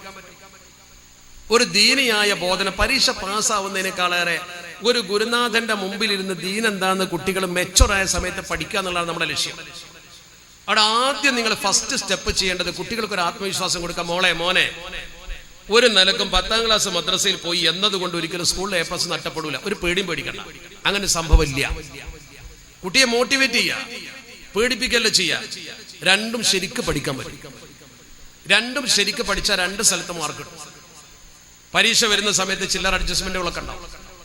അതുകൊണ്ട് ആദ്യം ഈ ആത്മവിശ്വാസം ഉണ്ടാക്കിയിട്ട് പിന്നെ ചെയ്യേണ്ടത് എന്താ? കുട്ടിയെ ബുദ്ധിമുട്ടിക്കാതിരിക്കുക. എന്താ കുട്ടിക്ക് ബുദ്ധിമുട്ട്? ഇവിടെ രാവിലെ 6 മണിക്ക് വരണം, ഇത് കഴിയുമ്പോഴേക്കും ഇറങ്ങിയിട്ട് ബസ് വരുമ്പോൾ ഓടണം. ഈ ഒരു ബുദ്ധിമുട്ട് കുട്ടിക്ക് എത്ര പ്രയാസം ഉണ്ടാക്കി തീർക്കും. അതുകൊണ്ട് നമ്മൾ തന്നെ നമ്മുടെ മദ്രസയോടൊപ്പമുള്ള സ്കൂളിൽ നമ്മുടെ കുട്ടികളെ ചേർക്കാൻ എന്താ കുഴപ്പം? കുട്ടി എവിടേക്ക് ഓടണ്ടല്ലോ. നമ്മുടെ സ്കൂൾ, നമ്മളെ കയ്യിലുള്ള സ്കൂള് മോട്ടിവേറ്റ് ചെയ്യുക, ആ സ്കൂള് നല്ല നിലവാരമുള്ളതാക്കുക. നിങ്ങൾ കവ്വായിക്കാര് പ്രത്യേകിച്ചും പടച്ച റബ്ബിനോട് സമാധാനം പറയേണ്ടി വരും എന്ന തോന്നൽ എനിക്കുണ്ട്. കാരണം നിങ്ങൾക്കൊരു പാരമ്പര്യമുണ്ട്, നല്ല ദീനി പാരമ്പര്യമുള്ള ഒരു ഗ്രാമമാണ് കവ്വായി. ഞാൻ ഈ ഗ്രാമത്തെക്കുറിച്ച് കേട്ടിട്ടുണ്ട്, ഞാൻ ഈ ഗ്രാമത്തെക്കുറിച്ച് മനസ്സിലാക്കിയിട്ട് എനിക്ക് ഒരുപാട് സുഹൃത്തുക്കൾ ഇവിടെ ഉണ്ട്. നല്ല ഇസ്ലാമിക പാരമ്പര്യമുള്ളൊരു മഹല്ലായി, നല്ല ദീനി ആവേശമുള്ള ചെറുപ്പം. ഇത്ര ദിവസം കൊണ്ട് നിങ്ങൾ ഇത്ര വലിയൊരു സദസ്സ് സംഘടിപ്പിച്ചില്ലേ? ഇങ്ങനെയൊന്നും നടത്താൻ നിങ്ങൾക്ക് തോന്നിയില്ലേ? പ്രിയപ്പെട്ട കോഴിക്കോട് ഖാദി സയ്യിദ് മുഹമ്മദ് ജമലലി തങ്ങളുടെ പിതാവ് അന്ത്യവിശ്രമം കൊള്ളുന്ന അദ്ദേഹം ദർസ് നടത്തിയ സ്ഥലമാണിത്. അദ്ദേഹത്തിന്റെ ശിഷ്യന്മാരുടെ ഈ സദസ്സിലും വേദിയിലും അവർക്ക് അല്ലാഹു മഗ്ഫിറത്തും റഹ്മത്തും കൊടുക്കട്ടെ. വലിയ വലിയ ആലിമ്യങ്ങളുടെ ദർസ് നടത്തിയ സ്ഥലമായി. അപ്പൊ ഒരു ഇൽമിന്റെ ഒരു സാംസ്കാരിക പ്രൗഢി നിങ്ങൾക്ക് ഇവിടെ ഉണ്ട്. അത് കളഞ്ഞു കുളിച്ചാൽ പടച്ച റബ്ബിനോട് നിങ്ങൾ സമാധാനം പറയേണ്ടി വരും. പാരമ്പര്യത്തെ കളഞ്ഞു കുളിച്ചാൽ പടച്ച റബ്ബ് നിങ്ങളോട് ചോദിക്കും. 1, 2, നിങ്ങളെ മൂക്കിന്റെ മുമ്പിൽ കുട്ടികളെ ബുദ്ധിമുട്ടിക്കാതെ നല്ല നിലക്ക് പഠിപ്പിക്കാൻ അൺഎയ്ഡഡ് അംഗീകാരമുള്ള സ്കൂൾ ഇവിടെ ഉണ്ട്. ആ സ്കൂളിൽ നിങ്ങളെ കുട്ടികളെ ചേർക്കുന്നതിന് പകരം നിങ്ങൾ മറ്റുള്ള സ്ഥലത്തേക്ക് ഈ കുട്ടിയെ ചേർക്കാൻ കൊണ്ടുപോകുമ്പോൾ കുട്ടിയുടെ മതം നശിക്കുന്നു എന്ന് നിങ്ങൾ കാണുന്നില്ല. നിങ്ങളെ കുട്ടി ബസ് കയറി ദൂരെ പോയി ഇന്ന സ്കൂളിലാണ് പഠിക്കുന്നത് എന്ന അഭിമാനം നിങ്ങൾക്ക് പറയാം. പക്ഷെ നാളെ പരലോകത്ത് നിങ്ങളോട് ഈ കുട്ടി ചോദ്യം ചെയ്യുമ്പോൾ നിങ്ങൾക്ക് ഒരു അക്ഷരം ഉണ്ടാവില്ല. ഞാൻ നിങ്ങളെ ഭയപ്പെടുത്തുകയോ ആക്ഷേപിക്കുകയോ ചെയ്യല്ല, സ്കൂളിന്റെ പ്രചാരം നടത്തുവല്ല. ദീൻ പഠിക്കാൻ കുട്ടിക്ക് അവസരം മൂക്കിന്റെ താഴെ ഉണ്ടായിട്ട് നശിപ്പിച്ചാൽ നിങ്ങൾ കണക്ക് പറയേണ്ടി വരും, ഉറപ്പാണ്. കാരണം നാളെ നിങ്ങളെ കുട്ടി നിങ്ങളെ തിരിഞ്ഞു കുത്തും. ഈ കുട്ടിയോട് പടച്ച റബ്ബ് ചോദിക്കുമ്പോ കുട്ടി പറയും, അല്ലാഹുവേ എന്നെ എന്റെ ഉമ്മ പഠിപ്പിച്ചില്ല. അത് വളരെ പ്രധാനമല്ലേ? എന്നെ എന്റെ ഉമ്മ പഠിപ്പിച്ചില്ല, ഉപ്പ പഠിപ്പിച്ചില്ല, നീ കുട്ടി പറയില്ലേ പടച്ച റബ്ബിനോട്? അപ്പൊ നമ്മൾ ആദ്യം തീരുമാനിക്കേണ്ടത്, പുതിയ അധ്യയന വർഷം വരികയാണ്, മദ്രസയിൽ ഒരു 10ാം ക്ലാസ് വരെ കുട്ടിക്ക് പഠിക്കാൻ സൗകര്യപ്പെടുന്ന രീതി. അതിലുപരി മറ്റൊന്ന്, കൾച്ചർ ഒരു പ്രധാന വിഷയമാണ്. എന്താ കൾച്ചർ? നമ്മൾ ഏതെങ്കിലും ഒരു സ്ഥാപനത്തിൽ നമ്മളെ കുട്ടിയെ പഠിപ്പിക്കുമ്പോൾ ഒരു 100% ഇസ്ലാമിക ചുറ്റുപാടും ഇസ്ലാമിക കൾച്ചറും അവിടെ ഇല്ലെങ്കിൽ ഈ കുട്ടിയുടെ മനസ്സിൽ ആ കൾച്ചറാണ് പതിയുക. ആ കൾച്ചർ ഈ കുട്ടിയുടെ മനസ്സിൽ പതിഞ്ഞിട്ടുണ്ടെങ്കിൽ പിന്നെ അത് പെട്ടെന്ന് മാറ്റിയെടുക്കാൻ കഴിയില്ല. ചെറുപ്പത്തിൽ കുത്തിവെച്ചതാ. നമ്മുടെ ഒരു സ്കൂൾ അൺഎയ്ഡഡ് ആണെങ്കിലും അത് ഏത് രീതിയിലാണെങ്കിലും നമ്മളെ സിസ്റ്റത്തിനനുസരിച്ച് പോകുന്ന ഒരു സ്കൂളാകുമ്പോൾ ആ സ്കൂളിൽ ആ കുട്ടിക്ക് ശരിക്കും ദീനിയായ ഒരു ചിട്ട പാലിക്കാൻ നല്ല സാഹചര്യം കിട്ടും. കുട്ടികൾ കൂട്ടുകാരുടെ കൂടെ കൂടുമ്പോഴാണ് നാശത്തിലേക്ക് പോകുന്നത്. കൂട്ടുകാരാണ് പലപ്പോഴും നമ്മളെ വഴിതെറ്റിക്കുന്നത്. സ്വന്തം ഒരു കുട്ടി നശിക്കൂല. നല്ല ഫിത്രത്തിലാണ് പടച്ച റബ്ബ് ഒരു കുട്ടിക്ക് ജന്മം കൊടുക്കുന്നത്. ആ കുട്ടിയെ നിങ്ങൾ വരച്ച വരയിൽ നിർത്താൻ ശ്രമിച്ചാൽ കുട്ടി വരച്ച വരയിൽ നിൽക്കും. അപ്പൊ നമ്മൾ മനസ്സിലാക്കേണ്ട ഏറ്റവും പ്രധാനപ്പെട്ടത്, ഈ കുട്ടിക്ക് വേണ്ട തർബിയത്ത് നമ്മൾ തീർച്ചയായും കൊടുത്തിരിക്കണം. ഈ വിദ്യാഭ്യാസത്തിന്റെ അടിത്തറ കൂടി നിങ്ങൾ പഠിക്കണം. ആധുനിക വിദ്യാഭ്യാസത്തിന്റെ അടിത്തറ എന്താണ്? ഇപ്പൊ നമ്മളിപ്പോ പറയുന്നുണ്ടല്ലോ, ഭൗതിക വിദ്യാഭ്യാസം നമ്മളെ കുട്ടികൾക്ക് കൊടുക്കണം, ഡിഗ്രി കൊടുക്കണം, PG കൊടുക്കണം, ഒക്കെ ശരിയാണ്. നമ്മൾ ആരും അതിനെതിരല്ല. എല്ലാ വിദ്യാഭ്യാസവും നമ്മുടെ കുട്ടികൾക്ക് കൊടുക്കണം എന്നുള്ളതാണ് നമ്മൾ. ഇപ്പൊ നമ്മൾ നോക്കി, യൂണിവേഴ്സിറ്റി നടത്തുന്നുണ്ട്, ദാറുഹുദ. നമ്മുടെ പല കോഴ്സുകളും നോക്കൂ, 2 വിദ്യാഭ്യാസവും നമ്മുടെ കുട്ടികൾക്ക് എത്തിപ്പിടിക്കാൻ പറ്റുന്നതാ. ഒരുപാട് കുട്ടികൾ ലോകത്തിന്റെ നാനാഭാഗത്ത് ഉയർന്ന പോസ്റ്റുകളിലുണ്ട്. എന്തേ? അവർ മതബോധമുള്ളവരായി ദീനിനെ ഖിദ്മത്ത് ചെയ്യുന്നവരായതുകൊണ്ട്. അല്ലെങ്കിൽ കണക്കിലെടുക്കൂല. അപ്പൊ നമ്മുടെ കുട്ടികൾക്ക് മതബോധത്തിൽ ഊന്നിയ ഭൗതിക വിദ്യ മാത്രമേ കൊടുക്കാവൂ. ഇനി ഭൗതിക വിദ്യാഭ്യാസത്തെ കുറിച്ച് അതിന്റെ ചിന്തകന്മാർ പറയുന്ന എന്താ? അതും കൂടി വേണമല്ലോ നിങ്ങൾ മനസ്സിലാക്കുക. International standard classification of education എന്ന് പറയുന്ന വിദ്യാഭ്യാസത്തിന്റെ നിലവാരം അളക്കുന്ന ഒരു സമിതി ഉണ്ട് UN-ന്റെ കീഴിൽ. UN എന്ന് പറഞ്ഞാൽ നിങ്ങൾക്കറിയാം, യുണൈറ്റഡ് നേഷൻസ് എന്ന് പറയുന്ന ഐക്യരാഷ്ട്രസഭ. ഐക്യരാഷ്ട്രസഭയുടെ കീഴിലുള്ള ഒരു ഏജൻസിയാണ് international standard classification of education. നെറ്റിൽ നിങ്ങൾക്ക് തപ്പിയാൽ കിട്ടും. അവര് പറയുന്നുണ്ട്, ഒരു കുട്ടിക്ക് ചെറുപ്പത്തിലെ വിദ്യ കൊടുക്കുന്നതിന്റെ ഉദ്ദേശം എന്താ? അവര് പറയുന്ന വിദ്യ ഭൗതികമാണല്ലോ, മതപരമല്ലല്ലോ. വിദ്യയുടെ ലക്ഷ്യം എന്താണെന്ന് അവർ അർത്ഥം മുറിച്ച് പറയുന്നുണ്ട്. അവര് വിദ്യയുടെ ലക്ഷ്യം പറയുന്നത് 3 പോയിന്റുകളാണ്. ആ 3 പോയിന്റുകളും ശരിക്കും പഠിച്ചാൽ ദീനും അതും തമ്മിൽ ഒരു വ്യത്യാസമല്ല. അത് തന്നെയാണ് ദീന്. എന്താണ് അവർ പറയുന്നത്? The purpose of primary education. അതിന്റെ തുടക്കം അങ്ങനെയാ. പ്രൈമറി എഡ്യൂക്കേഷൻ എന്ന തുടക്കത്തിലുള്ള വിദ്യാഭ്യാസം. അവിടെ നിന്ന് കണ്ടല്ലേ മേലോട്ട് പോണത്? തറയിടല് പ്രൈമറിയിലാണ്. വിദ്യാഭ്യാസത്തിന്റെ ലക്ഷ്യം എന്ന് പറയുന്നത് is to support the childrens growth into humanity. ഒരു പോയിന്റ് അതാ, to support childrens growth into humanity. ഒരു കുട്ടിയെ മനുഷ്യത്വത്തിലേക്ക് വളരാൻ സഹായിക്കുക, ഒരു കുട്ടിയെ മനുഷ്യനാക്കുക എന്നർത്ഥം. എങ്ങനെ മനുഷ്യനാക്കൽ? ഇതൊക്കെ നമ്മളൊക്കെ മനുഷ്യന്മാർ തന്നെയാണെങ്കിലും നമ്മിൽ മൃഗീയ സ്വഭാവമുണ്ട്. മൃഗങ്ങളും നമ്മളും തമ്മിലൊരു വ്യത്യാസമില്ല. നമ്മൾ മൃഗങ്ങളെ പോലെ തന്നെയാണ്. ഭക്ഷിക്കണം, രസിക്കണം, ഇതൊക്കെയാണ് നമ്മൾ ആഗ്രഹം. ആഹാര നീഹാര മൈഥുനം നിദ്ര എന്ന് പറഞ്ഞ പോലെ ആഹരിച്ച് നീഹരിച്ച് മൈഥുനം നടത്തി നിദ്ര കൊള്ളുന്ന ഒരു ടീമായി ഇതൊക്കെ. ജീവികളും അങ്ങനെ തന്നെ. തിന്നണം, ഭോഗിക്കണം, ഉറങ്ങണം, ഇതൊക്കെ തന്നെ ആഗ്രഹമുള്ളൂ. പക്ഷെ അതിൽ നിന്ന് നമ്മളെ വ്യത്യസ്തമാക്കുന്ന ദീനാണ്. ആ ദീൻ ഉൾക്കൊള്ളുമ്പോഴേ മനുഷ്യത്വത്തിലേക്ക് വളരും. മനുഷ്യൻ എന്ന് പറയുന്ന ഒരു ജീവിയായി മാറണമെങ്കിൽ സംസ്കാരം വേണം. ആ സംസ്കാരം കുട്ടിക്ക് കൊടുക്കുക എന്ന വിദ്യാഭ്യാസത്തിന്റെ ഫസ്റ്റ് ലക്ഷ്യം. മനുഷ്യനെ മനുഷ്യനാക്കുക, കുട്ടിയെ ശരിക്ക് മനുഷ്യത്വത്തിലേക്ക് വളർത്തുക. ഒന്നാമത്തെ ലക്ഷ്യം. ഇത് ദീനല്ലേ? ദീനല്ലേ ആ പറയുന്നത്? രണ്ടാമത്തെ എന്താ പറയുന്നത്? രണ്ടാമത് പറയുന്നു, എന്നിട്ട് ശേഷം രണ്ടാമത് വീണ്ടും പറയും children's growth into humanity and into ethically responsible membership of society. Ethically responsible membership of the society. സമൂഹത്തിലെ ഒരു എത്തിക്കലി എന്ന് പറഞ്ഞാൽ ആദർശപരമായ അടിസ്ഥാനപരമായ ബാധ്യതാ ബോധമുള്ള ഒരു മെമ്പറാക്കുക. ബാധ്യതാ ബോധം എന്ന് പറഞ്ഞാൽ ഉമ്മാനോട് ബാധ്യതയുണ്ട്, ഉപ്പാനോട് ബാധ്യതയുണ്ട്, സമൂഹത്തോട് ബാധ്യതയുണ്ട്, അള്ളാഹുവിനോട് ബാധ്യതയുണ്ട്, ഇതൊക്കെ ഉണ്ട്. അതാണ് എത്തിക്കലി റെസ്പോൺസിബിൾ മെമ്പർഷിപ്പ്. ഒരു മെമ്പറായ പോലെ പെറ്റ് വീണപ്പോൾ തന്നെ നമ്മളൊക്കെ മെമ്പറാ സൊസൈറ്റിയിൽ. ആധുനിക വിദ്യാഭ്യാസ ലക്ഷ്യം ഒരു കുട്ടിയെ മനുഷ്യത്വത്തിലേക്ക് വളർത്തുകയും സമൂഹത്തിലെ ബാധ്യതാ ബോധമുള്ള ഒരു മൂല്യബോധമുള്ള മെമ്പറാക്കുകയും ചെയ്യുക. എങ്ങനെ മൂല്യബോധമുള്ള മെമ്പറാവുക? ഈ ചെയ്യുന്ന പ്രവർത്തനം നാളെ ചോദ്യം ചെയ്യുന്നുള്ള ബോധമില്ലെങ്കിൽ മൂല്യബോധം ഉണ്ടാവുമോ? ആധുനിക വിദ്യാഭ്യാസ ലക്ഷ്യം അതാ. മൂന്നാമത്തെ ലക്ഷ്യം എന്താണ്?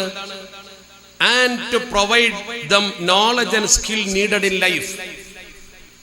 അവന് ജീവിതത്തിൽ ആവശ്യമായ വിവരവും കഴിവും നേടിക്കൊടുക്കുക. ഒരു ജോലി നേടാനും ജീവിക്കാനൊക്കെ ഉള്ള കഴിവ് അതെല്ലാവരും അംഗീകരിക്കുന്ന. അത് മൂന്നാമതാ പറഞ്ഞത്. ഒന്നാമത് അവനെ മനുഷ്യനാക്കുക, രണ്ടാമത് മൂല്യബോധമുള്ള ഉത്തരവാദിത്വ ബോധമുള്ള മെമ്പറാക്കുക, എന്നിട്ട് അവനെ സ്വന്തം കാലുമ നിൽക്കാൻ പഠിപ്പിക്കുക. ഇതാണ് ലക്ഷ്യം ആധുനിക വിദ്യാഭ്യാസത്തിൽ. ഇത് തന്നെയാണ് ഇസ്ലാമിന്റെ ലക്ഷ്യം. നിങ്ങൾ കുട്ടിക്ക് ഭൗതിക വിദ്യ പഠിപ്പിക്കണ്ടെന്ന് പറഞ്ഞല്ലോ. യത്ലു അലൈഹിം ആയാതിഹി വയുസക്കീഹിം വയുഅല്ലിമുഹുൽ കിതാബ വൽ ഹിക്മ. ഈ ഹിക്മത്ത് എന്താ ആദ്യം വേണ്ടത് കുട്ടിക്ക്? യത്ലു അലൈഹിം ആയാതിഹി, അള്ളാഹുവിന്റെ ദൃഷ്ടാന്തം ഓതി കൊടുക്കുക, അള്ളാഹു ഉണ്ട് എന്ന് ബോധ്യപ്പെടുത്തണം. ഇന്നിപ്പം നിരീശ്വരത്വം കടന്നു കയറുന്ന കാലാണ്. നിങ്ങളെ കുട്ടി സ്കൂളിൽ നിന്ന് തിരിച്ചു വരുമ്പോൾ അവിടെ കേട്ട ശാസ്ത്രീയ സത്യങ്ങളൊക്കെ മനസ്സിൽ വെച്ചിട്ട് അള്ളാഹുവിനെ നിഷേധിച്ചാൽ നിങ്ങൾക്കൊന്നും ചെയ്യാൻ കഴിയൂല. ഉമ്മമാരൊക്കെ ശരിക്കും മനസ്സിലായിക്കോ. പഠിച്ച കുട്ടികൾ വരെ മതനിരാസത്തിലേക്ക് പോകുന്ന കാലമാണ്. മനുഷ്യന്റെ മനസ്സിൽ നിന്ന് വിശ്വാസം പറിച്ചെടുക്കാൻ ശത്രുക്കൾ കഴുകനെ പോലെ വട്ടമിട്ട് പറക്കുന്ന കാലത്താണ് നമ്മളെ കുട്ടികൾ പഠിക്കുന്നത് കേട്ടോ. വിശ്വാസം വേഗം മാഞ്ഞു പോകും. വിശ്വാസത്തെ ചോദ്യം ചെയ്യാൻ എളുപ്പമുണ്ട്, സ്ഥാപിക്കാനാ പ്രയാസം. ഈ കെട്ടിടം ഉണ്ടാക്കാൻ കുറെ പണിയുണ്ട്, പൊളിക്കാൻ എളുപ്പമാണ്. കുട്ടിയുടെ വിശ്വാസം മനസ്സിൽ നിന്ന് തൂത്തെറിയാൻ എളുപ്പം കഴിയും. 4 ചോദ്യം ചോദിച്ചാൽ അവൻ പതറും, കാരണം അവൻ ഇപ്പുറം പഠിച്ചിട്ടില്ല. 4 ചോദ്യം അവനോട് ശാസ്ത്രത്തിന്റെ പേരിൽ ചോദിച്ചാൽ അവൻ പതറും. അവൻ സയൻസ് പഠിച്ചു, അവൻ ടെക്നോളജി പഠിച്ചു, അവൻ ഉയർന്നു പഠിച്ചു, അള്ളാഹുവിനെ കുറിച്ച് കൂടുതൽ പഠിച്ചിട്ടില്ല. അവന്റെ ബുദ്ധിക്കൊക്കാത്ത കുറെ കാര്യങ്ങളാണ് ദീനെന്ന് അവന് തോന്നും. അങ്ങനെ വരുമ്പോ അവൻ ദീനിൽ നിന്ന് മനസ്സുകൊണ്ടാകലും. ആ കുട്ടി നിരീശ്വരവാദിയായി വീട്ടിലേക്ക് വന്നാൽ നിങ്ങൾ അറിയില്ല. നിങ്ങൾക്കിന്ന് മാക്സിമം നിങ്ങളെ കുട്ടിയെ റൂമിൽ അടച്ചിടാൻ പറ്റും. ഒരു പ്രയോജനവുമില്ല. കുട്ടിയുടെ കയ്യിലുള്ള മൊബൈലും നെറ്റും എഴുതി ലോകത്ത് അവൻ സഞ്ചരിക്കും. എല്ലാ വൃത്തികെട്ട ക്ലാസ്സും അവൻ കേൾക്കും, കാണും. വൃത്തികേട് കണ്ട് അവൻ നിങ്ങളറിയാതെ ധാർമ്മികമായി അധപ്പതിച്ച് മൂക്ക് കുത്തും. കൂട്ടരെ, നിങ്ങൾ കുട്ടിയോട് മൊബൈൽ വേണ്ട എന്ന് പറഞ്ഞിട്ട് ഫലമില്ല. അത് പഠനത്തിന്റെ ഭാഗമാണ്. ലാപ്ടോപ്പ് വേണ്ട എന്ന് പറഞ്ഞിട്ട് ഫലമില്ല, പഠന ഭാഗമാണ്. ടെലിവിഷനിലേക്ക് നോക്കണ്ടെന്ന് പറഞ്ഞിട്ട് കാര്യമില്ല. എല്ലാ വീട്ടിലും എത്തി. വാർത്താ വിനിമയ ഉപകരണമാണ്. നാളെ സ്കൂളുണ്ടോ ഇല്ലയോ എന്ന് അതിലാണ് അറിയാം. അപ്പൊ അതൊക്കെ ജീവിതത്തിന്റെ ഉപഭോഗ വസ്തുവായി. ഇനി എന്തേ പറ്റൂ? ഉപകരണങ്ങൾക്ക് വേലി കിട്ടിയിട്ട് ഒരു കാര്യവുമില്ല. ഉപകരണങ്ങൾ വേണ്ടെന്ന് പറഞ്ഞിട്ടും കാര്യമില്ല. കുട്ടിയുടെ കയ്യിൽ നിന്ന് മൊബൈലും ലാപ്ടോപ്പും വാങ്ങി വെച്ച് TV വലിച്ചെറിഞ്ഞിട്ട് ഒരു പ്രയോജനവുമില്ല. അവന്റെ മുമ്പിൽ ഈ സാധനങ്ങളൊക്കെ വീട്ടിലല്ലെങ്കിൽ വേറെ എവിടെയെങ്കിലും കിട്ടും. സ്കൂളിൽ വരെ ഈ സാധനം ഉണ്ട്. അവന്റെ സ്മാർട്ട് ക്ലാസ് റൂമിൽ നെറ്റ് ഉണ്ട്. അതുകൊണ്ട് തന്നെ നിങ്ങൾക്ക് ചെയ്യാൻ കഴിയുന്നത് എന്താണ്? അവന്റെ മനസ്സുകൾക്ക് വേലി കെട്ടുക, കൽബിന് വേലി കെട്ടുക. മോനെ, ഇന്നതേ ചെയ്യാൻ പാടുള്ളൂ, ഇന്നത് ചെയ്യാൻ പാടില്ല. Moral study concerning principles of right and wrong. അതാണ് മോറൽ. എന്താണ് ചെയ്യാൻ പറ്റുക, എന്താണ് ചെയ്യാൻ പറ്റാത്തത്, അത് പറഞ്ഞു കൊടുക്കുക. രണ്ട് വഴിയും ഇന്നാ ഹദൈനാഹു സബീല ഇമ്മാ ശാകിറൻ വ ഇമ്മാ കഫൂറ. അതാണ് concerning principles of right and wrong. ശരിയായ വഴിയും തെറ്റായ വഴിയും. അപ്പൊ തെറ്റായ വഴിക്ക് പോകാതിരിക്കാനുള്ള മനസ്സിലെ ഒരു ചിന്ത ഉണർത്തൽ, അതാണ് ധാർമ്മിക ബോധനം. അത് നിങ്ങൾ വീട്ടിൽ നിന്ന് എത്ര ഉപദേശിച്ചാലും ഉണ്ടാവില്ല. അത് കുട്ടിക്ക് പറഞ്ഞു കൊടുക്കണമെങ്കിൽ രണ്ട് കാര്യം വേണം. ഒന്ന്, അവൻ മദ്രസയിൽ ചുരുങ്ങിയത് ഒരു 10ാം ക്ലാസ് വരെയെങ്കിലും പഠിക്കണം, ചുരുങ്ങിയത്. രണ്ട്, ഒരു ഇസ്ലാമിക അന്തരീക്ഷമുള്ള പാഠശാലയിൽ അവൻ ഭൗതിക വിദ്യ പഠിക്കണം. ഒരു 10ാം ക്ലാസ് 12ാം ക്ലാസ് ഒക്കെ വരെ, +2 ഒക്കെ വരെ പഠിച്ചിട്ട് പിന്നെ പുറത്ത് പോയിട്ട് വേറെ പഠിച്ചോട്ടെ, ഡിഗ്രി ഒക്കെ. അപ്പൊ അവന്റെ മനസ്സിൽ തുറച്ചതിന്റെ ശേഷം പുറത്തു പോയിക്കോട്ടെ. ബാല്യപ്രായത്തിൽ ഒരിക്കലും കുട്ടികളെ അന്യ സംസ്കാരത്തിലേക്ക് വിടരുത്, കയറൂരി വിടരുത്. വിട്ടാൽ ആൺകുട്ടിയാണെങ്കിലും പെൺകുട്ടിയാണെങ്കിലും ഇസ്ലാമിന്റെ വൃത്തം തെറ്റിച്ചു പോയാൽ ഉത്തരവാദിത്തം നിങ്ങൾക്കാണ്. അവര് നിഷ്കളങ്കര, പാവങ്ങളാ കുട്ടികള്. അവിടെ ശരിക്കും നിങ്ങൾ പ്ലാൻ ചെയ്യണം. അത്തദ്ബീറു നിസ്ഫുൽ മഈഷ.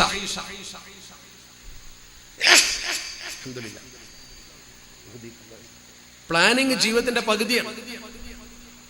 ഉമറുൽ ഫാറൂഖ് റളിയല്ലാഹു തആല അൻഹു, അത് ഒഴിവാക്കിയ ആ പേനാണ് അതിന്റെ കാരണക്കാരൻ. ഉമറുൽ ഫാറൂഖ് റളിയല്ലാഹു തആല അൻഹു തന്റെ പ്രബോധിത സമൂഹത്തോട് പറഞ്ഞൊരു വാക്കുണ്ട്. അത്തദ്ബീറു ഖബ്ലൽ അമലി യുഅ്മിനു കന്നദം. അത്തദ്ബീറു ഖബ്ലൽ അമലി യുഅ്മിനു കന്നദം.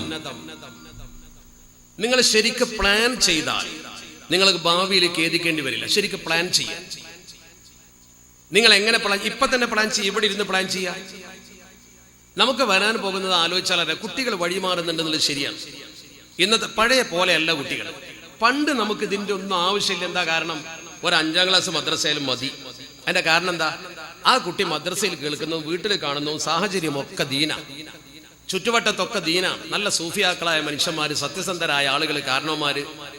ഒരു വഴികേടിനും കുട്ടിക്ക് ഒന്നും സാഹചര്യമില്ല. ഇന്ന് അങ്ങനെയല്ല. ഇന്ന് കുട്ടി പഠിക്കുന്ന സ്ഥാപനത്തിൽ പോകുന്ന വഴിയിൽ കേൾക്കുന്നത്, കയ്യിലുള്ള മൊബൈലിൽ കാണുന്നത്, പത്രത്തിൽ വരുന്ന വാർത്തകൾ എന്തൊക്കെയാ?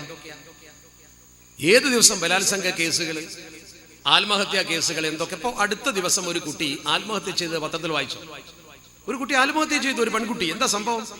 മൊബൈൽ അമിതമായി ഉപയോഗിച്ചപ്പോ അത് വാങ്ങി വെച്ച മാതാവ് ഇനി മതി ഉപയോഗിച്ചതെന്ന് പറഞ്ഞു. ആ കുട്ടി റൂമിൽ പോയി ആത്മഹത്യ ചെയ്തു. നിങ്ങൾ വായിച്ചോ? നിങ്ങളെ കുട്ടി അങ്ങനെ ചെയ്യില്ല എന്ന് ആര് കണ്ടു? അള്ളാഹു നമ്മളെ മക്കളെ കാത്തുരക്ഷിക്കട്ടെ. കുട്ടികൾ നല്ലൊരു ശതമാനം മൊബൈലിന് അഡിക്റ്റാ. ചെറിയ കുട്ടികൾ വരെ, കൊച്ചു കുട്ടികൾ വരെ മൊബൈലിന് അഡിക്റ്റാ. നമ്മൾ ചെറുപ്പത്തിൽ തന്നെ ഭക്ഷണം ഉണ്ടാക്കാൻ വേണ്ടി കുട്ടിക്ക് എന്തെങ്കിലും ഈ മൊബൈലിൽ ഒരു കളി വെച്ചാൽ കൊടുക്കും. കുട്ടി അത് കണ്ടിരിക്കും. കുട്ടി അതിലേക്ക് പോവാണ്. കുട്ടി അതിന്റെ അഡിക്റ്റ് ആവുകയാണ്. അങ്ങനെ കണ്ട് കണ്ട് കുട്ടി അത് പിന്നെ കിട്ടാതാവും. നിങ്ങൾക്കൊക്കെ അങ്ങനത്തെ കുട്ടികളുണ്ടാവും. മൊബൈൽ വെച്ച് കൊടുക്കാൻ ഞാൻ കരയുന്ന കുട്ടികളുണ്ടാവും.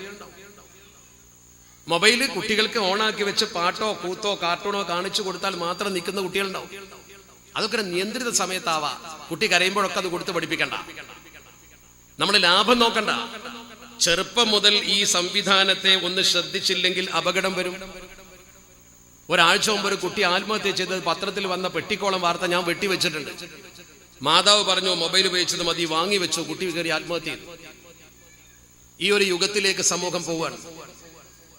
നിങ്ങൾ ചില മനഃശാസ്ത്ര ഡോക്ടർമാരെ സമീപിച്ച് നോക്ക്, സൈക്യാട്രിസ്റ്റുമാരെ. നല്ലൊരു ശതമാനവും അവിടെ വരുന്നത് ഈ മൊബൈലിന് അഡിക്റ്റായ കുട്ടികളെയും കൊണ്ടാണ്. നിങ്ങൾ അടുത്ത എവിടെയെങ്കിലും സൈക്യാട്രിസ്റ്റ് ഉണ്ടെങ്കിൽ പരിശോധിച്ചിട്ട് പറഞ്ഞാൽ മതി. എന്റെ സുഹൃത്തുക്കളായ ചില സൈക്യാട്രിസ്റ്റുമാരുണ്ട്. അവർ പറയുന്നുണ്ട് കുട്ടികൾ 2-3 കാരണമാണ് വരുന്നത് ഇതിന് അഡിക്റ്റ്. ഉമ്മമാരും ഇപ്പൊ അതിന്റെ അഡിക്റ്റാ. ഭർത്താവിനൊരു ഭക്ഷണം പോലും ഉണ്ടാക്കി കൊടുക്കാനും ചായ ഉണ്ടാക്കി കൊടുക്കാനും സമയമില്ല. അവർ ഓൺലൈനിൽ ഇങ്ങനെ ദിക്റും സ്വലാത്തുമായിട്ട് ഇരിക്കുക. സ്വർഗത്തേക്ക് നേരെ കയറി പോവാൻ.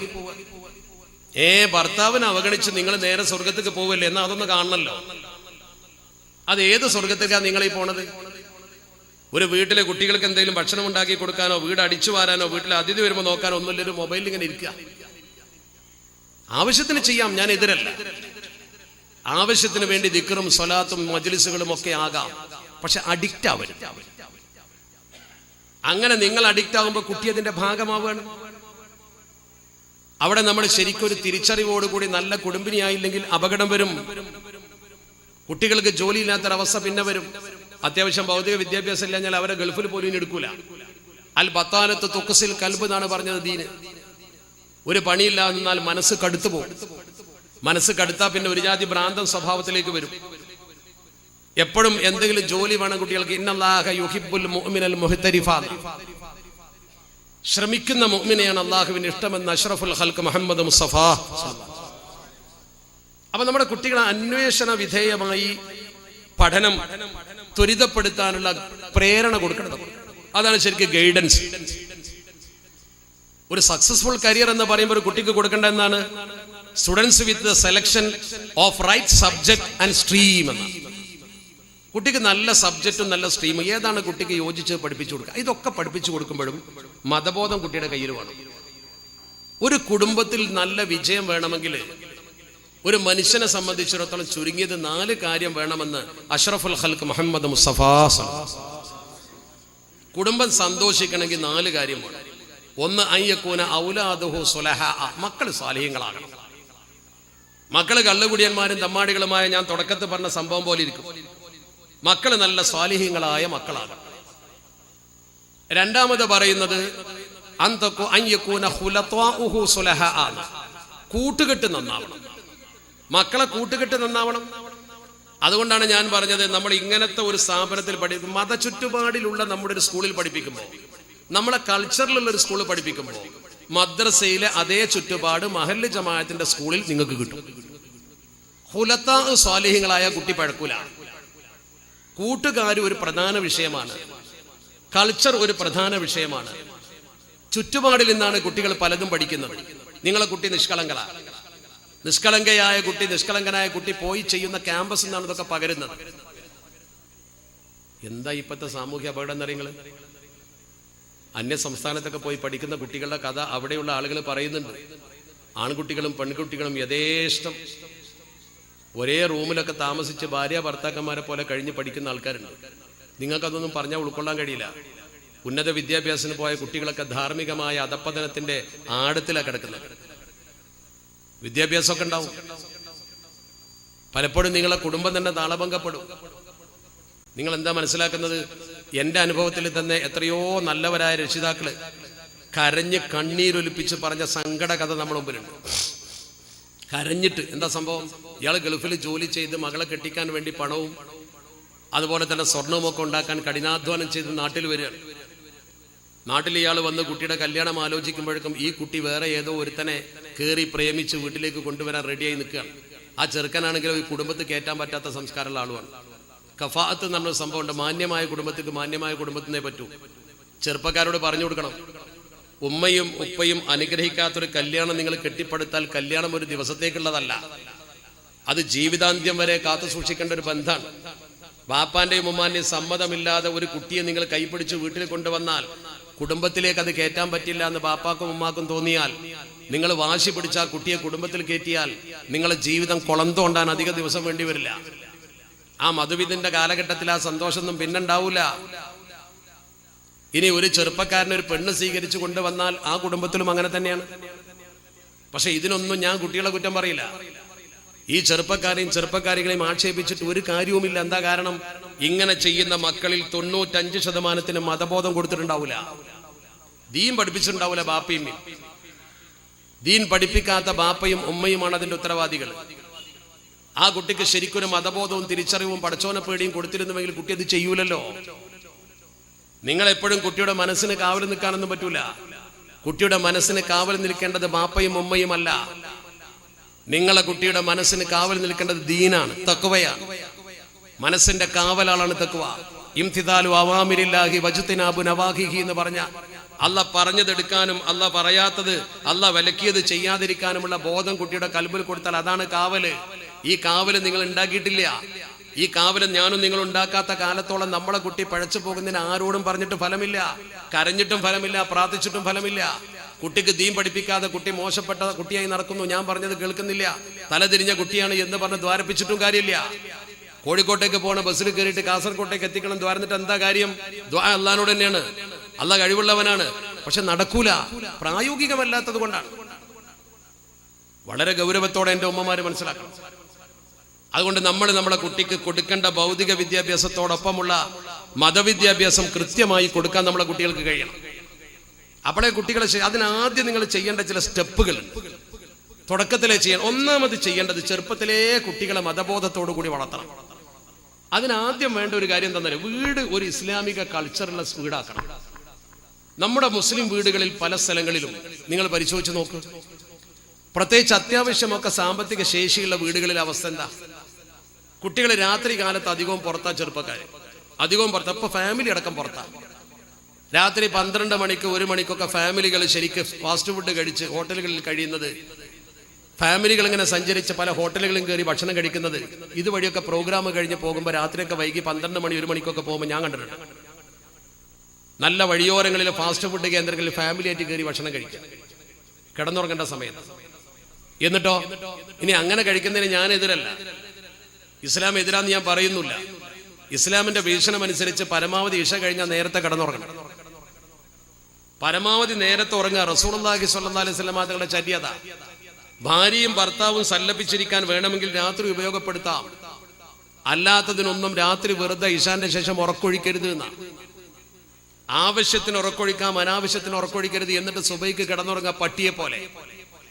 സുബൈക്ക് നിസ്കരിക്കാൻ എഴുന്നേൽക്കാതെ സുബൈ ഖളാ ആക്കി കിടന്നുറങ്ങുക. ബാല ശൈത്വാനു ഫീ ഉദ്നിഹി, ചെവിയിൽ പിശാച് മൂത്രമൊഴിക്കുന്ന പറഞ്ഞത്. ആ സമയത്ത് ഉറങ്ങാൻ നല്ല സുഖമുണ്ടാവും, കാരണം ഒരു വളവട ഇട്ടിട്ടുണ്ട് പിശാച്. ഒന്നാണ് പുതച്ചാ ചുരുണ്ട് കൂടി നന്നായിട്ട് ഉറങ്ങാൻ പറ്റും. അത് പിശാചിന്റെ പണിയാ. ഈ ഏർപ്പാട് വീട്ടിൽ തുടങ്ങിയാൽ പിന്നെ ആ വീട്ടിൽ ബർക്കത്തുണ്ടാവൂല. ഭർത്താവിന്റെ ജോലി ഗൾഫിൽ പോയി എന്ന് പറഞ്ഞ് കരഞ്ഞിട്ട് കാര്യമില്ല. ഭർത്താവ് വിളിച്ചു പറയും, കച്ചവടത്തിന് തീരെ വരുമാനം കിട്ടുന്നില്ല, എവിടേക്കാ പൈസ പോകുന്നെന്ന് അറിയുന്നില്ല. എന്താ കാരണം? ഇവിടെ പിശാച് ചെവിയിൽ മൂത്രമൊഴിച്ച് കിടന്നുറങ്ങുക, ഇയാൾ അയക്കുന്ന പൈസ കഴിച്ചിട്ട്. എവിടുന്ന് ബർക്കത്തുണ്ടാവാനാ? ഒരു നിലക്കും ഒരു മുസ്ലിം വീട്ടിൽ സുബഹിക്ക് ഒരാളും കിടന്നുറങ്ങാൻ പാടില്ല. ആർത്തവമുള്ള സ്ത്രീയാണെങ്കിൽ പോലും ആ സമയത്ത് എഴുന്നേൽക്കണം, കിടക്കാൻ പാടില്ല. വീട് സജീവമാക്കണം. എന്നിട്ട് കുട്ടികളെ കൊണ്ട് സുബഹി നിസ്കരിപ്പിച്ചിട്ട് അല്പം ഖുർആൻ ഓദിക്കണം. ഈ കൾച്ചർ നിങ്ങൾ ചെയ്ത് ഒരൊറ്റ കുട്ടി വീട്ടിന്റെ പടി ഇറങ്ങരുത് ഒരല്പം ഖുർആൻ ഓതാതെ. അള്ളാഹുവിന്റെ ഖുർആൻ ഒരു 4 വരിയെങ്കിലും ഓതാതെ ഒരൊറ്റ ചെറുപ്പക്കാരന് പുറത്തേക്ക് ഇറങ്ങരുത്. ജമാഅത്തായി പള്ളിയിൽ പോയി നിസ്കരിച്ച് പള്ളിയിൽ നിന്ന് ഓതിയാൽ ഏറ്റവും നല്ലത്, വീട്ടിൽ നിന്നെങ്കിലും അത് ചെയ്യണം. ഈ ഒരു കൾച്ചർ തിരിച്ചു കൊണ്ടുവന്നാൽ എല്ലാ ഫാസിസ്റ്റുകളെയും നേരിടാൻ പറ്റും നമുക്ക്, എല്ലാ പ്രതിസന്ധികളെയും നേരിടാൻ പറ്റും നമുക്ക്. ഇന്ത്യ ഭരിക്കുന്നത് ഫാസിസ്റ്റുകളാണ്. ജ്ഞാൻവാപ്പി മസ്ജിദ് പിടിക്കുകയാണ്, ബാബരി മസ്ജിദ് പോയി എന്നൊന്നും പറഞ്ഞ് കരഞ്ഞിട്ട് കാര്യമില്ല. 10 പള്ളി പോയാലും സുബഹിക്ക് അവൻ എഴുന്നേൽക്കൂല. ഈ ഒരു അവസ്ഥ നമ്മുടെ കുടുംബത്തിലില്ലേ? പഠിക്ക്. പണം ദുർവ്യയം ചെയ്ത് ഫാസ്റ്റ് ഫുഡ് കഴിച്ച് രാത്രി ഓടി നടന്ന് പട്ടിയെ പോലെ സുബഹിക്ക് കിടന്നുറങ്ങുന്ന തലമുറ ജീവിക്കുന്ന കാലത്തോളം ഇസ്ലാമിക സമൂഹത്തിന് ബർക്കത്തുണ്ടാവൂല. നമ്മളെ പരാജയപ്പെടുത്തിയത് ഇതൊക്കെ തന്നെയാണ്. നമ്മുടെ പരാജയത്തിന്റെ പ്രധാന കാരണം 1 ഇതാണ്. 2 നമ്മളെ ഭിന്നിപ്പ, തമ്മിലടി, കക്ഷികൾ, ഭിന്നിപ്പ്, കൊമ്പ് കോർക്കല്, കുടുംബത്തിൽ തെറ്റ്. ഒരേ കുടുംബത്തിൽ തന്നെ പരസ്പരം മിണ്ടാത്ത ആളുകൾ, അവൻ കുടുംബബന്ധം മുറിച്ചവനാ. ഖാത്തിഉർ റഹ്മ സദസ്സിലുണ്ടെങ്കിൽ ദുആ ചെയ്താൽ പോലും ഉത്തരം കിട്ടൂല. അഷ്റഫുൽ ഖൽഖ് മുഹമ്മദ് മുസ്തഫ ദ്വാരന്നിട്ടും കൂടി കാര്യമില്ല. ഉമ്മാനോട് മിണ്ടാത്തവനും ബാപ്പാനോട് തെറ്റി നിൽക്കുന്നവരും ആങ്ങളെയും പെങ്ങളെയും തമ്മിൽ കൊമ്പ് കോർത്ത് നിൽക്കുന്നവനും സദസ്സിലുണ്ടോ? ആ സദസ്സിൽ പിന്നെ ദ്വാരന്നിട്ട് കാര്യമില്ല. ഞാനല്ല പറയുന്നത്, നമ്മുടെ മുത്തുനബി തങ്ങളാ പറയണത്. ദ്വാരന്നിട്ട് കാര്യമില്ല. എല്ലാവരും ദ്വാരന്നാലും ശരി, ഈ ചങ്ങാതിമാർ 1-2 സദസ്സിലുണ്ടെങ്കിൽ ഉത്തരം കിട്ടൂല. ഇസ്ലാമാ പറയണത്. എന്റെ പിന്നിൽ പണ്ഡിതന്മാരുണ്ട്, ചോദിച്ചു നോക്കൂ. ആ സദസ്സിനൊരു ബർക്കത്ത് ഉണ്ടാവില്ല എന്ന് പഠിപ്പിച്ചു ഷഫീഉൽ വറ മുഹമ്മദ് മുസ്തഫ സ്വല്ലല്ലാഹു അലൈഹി വസല്ലം. അപ്പൊ നമ്മൾ ഇന്ന് ഇസ്ലാമിനെ ശരിക്കും ജീവിച്ച് കാണിച്ചു കൊടുക്കേണ്ട ആൾക്കാരാ. ഈ ഇസ്ലാമിനെ ജീവിച്ച് കാണിച്ചു കൊടുക്കണമെങ്കിൽ നമ്മുടെ കുട്ടികൾക്ക് ഇസ്ലാം വേണ്ടേ? അതുകൊണ്ട് നമ്മൾ ഇങ്ങനെ പ്രസംഗിച്ചിട്ട് വലിയ കാര്യമൊന്നുമില്ല. അള്ളാഹുവിന്റെ റസൂൽ കൂടുതൽ പ്രസംഗിച്ചിട്ടൊന്നുമില്ല. മുത്തുനബി തങ്ങൾ വലിയ പ്രസംഗം നടത്തിയത് അറഫയില, അത് 8 മിനിറ്റേ ഉള്ളൂ. നബി തങ്ങളുടെ കാര്യങ്ങളൊക്കെ പ്രവർത്തിച്ച് കാണിച്ചു കൊടുത്തിരിക്കുകയാണ്. സമയാസമയത്തുള്ള കൊച്ചു കൊച്ചു ഉപദേശം. അപ്പൊ നമ്മൾ ഇവിടെ ഇപ്പൊ ചെയ്യേണ്ട എന്താ? നിങ്ങൾക്കൊക്കെ മക്കളെ അല്ലാഹ് തന്നിട്ടുണ്ടെങ്കിൽ ആ മക്കളെ നിങ്ങൾ ദയവ് ചെയ്ത് വഴിയാധാരാക്കരുത്. ആ മക്കള് നാളെ നിങ്ങൾക്ക് നേരെ ചാടി വീടുന്നൊരു അവസ്ഥ ഉണ്ടാവരുത്. നിങ്ങൾ അതിനെക്കുറിച്ച് വളരെ ഗൗരവത്തോടു കൂടി ചിന്തിക്കണം. കാരണം ഇവിടെ ഇതിന്റെ തുടക്കത്തിൽ നമ്മുടെ പ്രിയപ്പെട്ട ഒരു ചെറുപ്പക്കാരൻ ഓതിയ, നമ്മുടെ ഹാഫിദ് ഓതിയ ആയത്ത് നിങ്ങൾ ശ്രദ്ധിച്ചോ? ഞാൻ എന്റെ പ്രസംഗത്തിൽ ആദ്യം ഓതാൻ ഉദ്ദേശിച്ച ആയത്താണ് അദ്ദേഹം ഓതിയത്. അള്ളാഹുവിന്റെ പരിശുദ്ധ ഖുർആൻ പറഞ്ഞ കാര്യമാണത്. നിങ്ങൾ നോക്ക്, എന്താണ് ആ ആയത്ത്? യഅലമു അന്നമൽ, അള്ളാഹുവിന്റെ പരിശുദ്ധ ഖുർആൻ പറയാം, യാ അയ്യുഹല്ലദീന ആമനു ഇന്ന മിൻ അസ്വാജിക്കും വ ഔലാദിക്കും അദുവ്വൻ ലക്കും. അള്ളാഹു ജനങ്ങളെ വിളിച്ചിട്ട് പറയാം, നിങ്ങളെ ഭാര്യമാരിലും മക്കളിലും നിങ്ങളുടെ ശത്രുക്കളുണ്ട്. എന്താണ് ആയത്ത്? അള്ളാഹ് പറയാണ്, യാ അയ്യുഹല്ലദീന ആമനു, ഓ സത്യവിശ്വാസികളെ. നമ്മളോടാണ് വിളിച്ചത്. യാ അയ്യുഹല്ലദീന ആമനു ഇന്ന മിൻ അസ്വാജിക്കും വ ഔലാദിക്കും, തീർച്ചയായും നിങ്ങളുടെ മക്കളിലും ഭാര്യമാരിലും ഉണ്ട്, അദുവ്വൻ ലക്കും, നിങ്ങൾക്ക് ശത്രുക്കളുണ്ട്. എന്നിട്ട് പറയുന്നു ഫഹ്ദറൂഹും, അവരെ നിങ്ങൾ സൂക്ഷിക്കണേ. ഫഹ്ദറൂഹും, നിങ്ങൾ അതിനെ സൂക്ഷിക്കണം. പാമ്പുണ്ട് സൂക്ഷിക്കണം എന്നൊക്കെ പറഞ്ഞ പോലെ, കടിക്കുന്ന പട്ടിയുണ്ട് സൂക്ഷിക്കണം എന്നൊക്കെ പറയാറില്ലേ? എന്ന പോലെ നിങ്ങൾ നിങ്ങളെ ഭാര്യമാരെയും മക്കളെയും പേടിക്കണം. എന്താ കാരണം?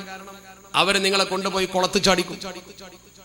ദീനീ ബോധമില്ലാത്ത പെണ്ണ് കുടുംബത്തേക്ക് വന്നു കയറിയാൽ, ദീനീ ബോധമില്ലാത്ത മക്കളുണ്ടായാൽ ആ കുടുംബത്തിന് കുളം തോണ്ടും. അള്ളാഹു പറയാണ് അദുവ്വൻ ലക്കും എന്ന് പറഞ്ഞിട്ട് ഫഹ്ദറൂഹും എന്നിട്ട് ഇങ്ങനെ പറഞ്ഞു വന്നിട്ട് പറയുന്നുണ്ട്. ആ ആയത്തിന്റെ തൊട്ടടുത്ത ആയത്ത് എന്താ പറയുന്നത്? ഇന്നമാ അംവാലുക്കും വ ഔലാദുക്കും ഫിത്ന. സമ്പത്തും മക്കളും ചിലപ്പോൾ ഫിത്നയാവും.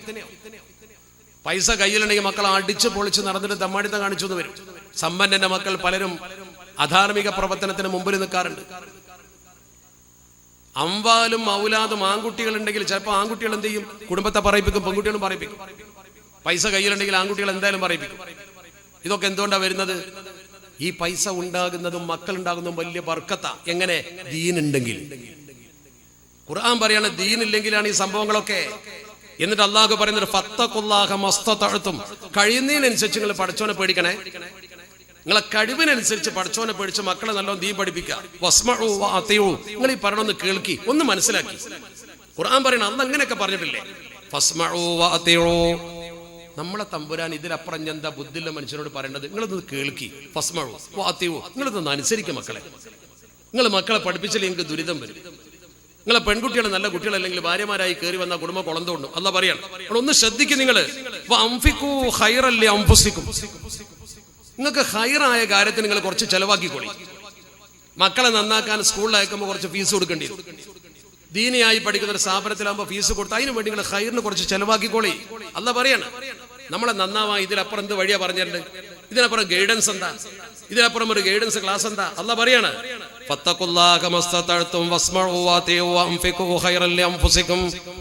എന്നിട്ട് അള്ളാഹു പിന്നെയും പറഞ്ഞു നിങ്ങളുടെ പിശുക്കുണ്ടല്ലോ, ആ പിശുക്കണ്ട് ഒഴിവാക്കിയാൽ നിങ്ങളുണ്ടല്ലോ. നിങ്ങൾക്ക് പിശുക്ക അധികം പഠിപ്പിക്കാൻ മദ്രസക്ക് ഒരു വരിസംഖ്യ വരുമ്പോൾ വലിയ പിശുക്ക. ഏതെങ്കിലും സ്കൂളിൽ പോയിട്ട് പേരുള്ള സ്കൂളിലാണ് ക്യാപിറ്റേഷൻ ഫീ കൊടുക്കാൻ ഒരു പിശുക്കുണ്ടാവില്ല. നമ്മുടെ ജമാഅത്തിന്റെ സ്കൂളിൽ ഒരു ഫീസ് കൊടുക്കാൻ വലിയ മടിയാ. കാരണം അതെന്താ? മതം ആരെങ്കിലും പഠിപ്പിച്ചോട്ടെ, എന്റെ കുട്ടിയെ ഭൗതികം ഞാൻ പഠിപ്പിച്ചോളാം. നമ്മളെ ആൾക്കാർക്ക് ഒരു പൊതുധാരണ ഉണ്ട്, മതപരമായ പഠനം നാട്ടുകാർ പഠിപ്പിച്ചോട്ടെ, അത് നാട്ടുകാർ ഏറ്റെടുത്തോട്ടെ, ഭൗതിക വിദ്യ ഞാൻ പഠിപ്പിച്ചോളാം. നമ്മളെ കുട്ടികൾക്ക് മതം പഠിപ്പിക്കൽ നാട്ടുകാരുടെ ചുമതലയാ. അല്ലാഹു പറയുന്നു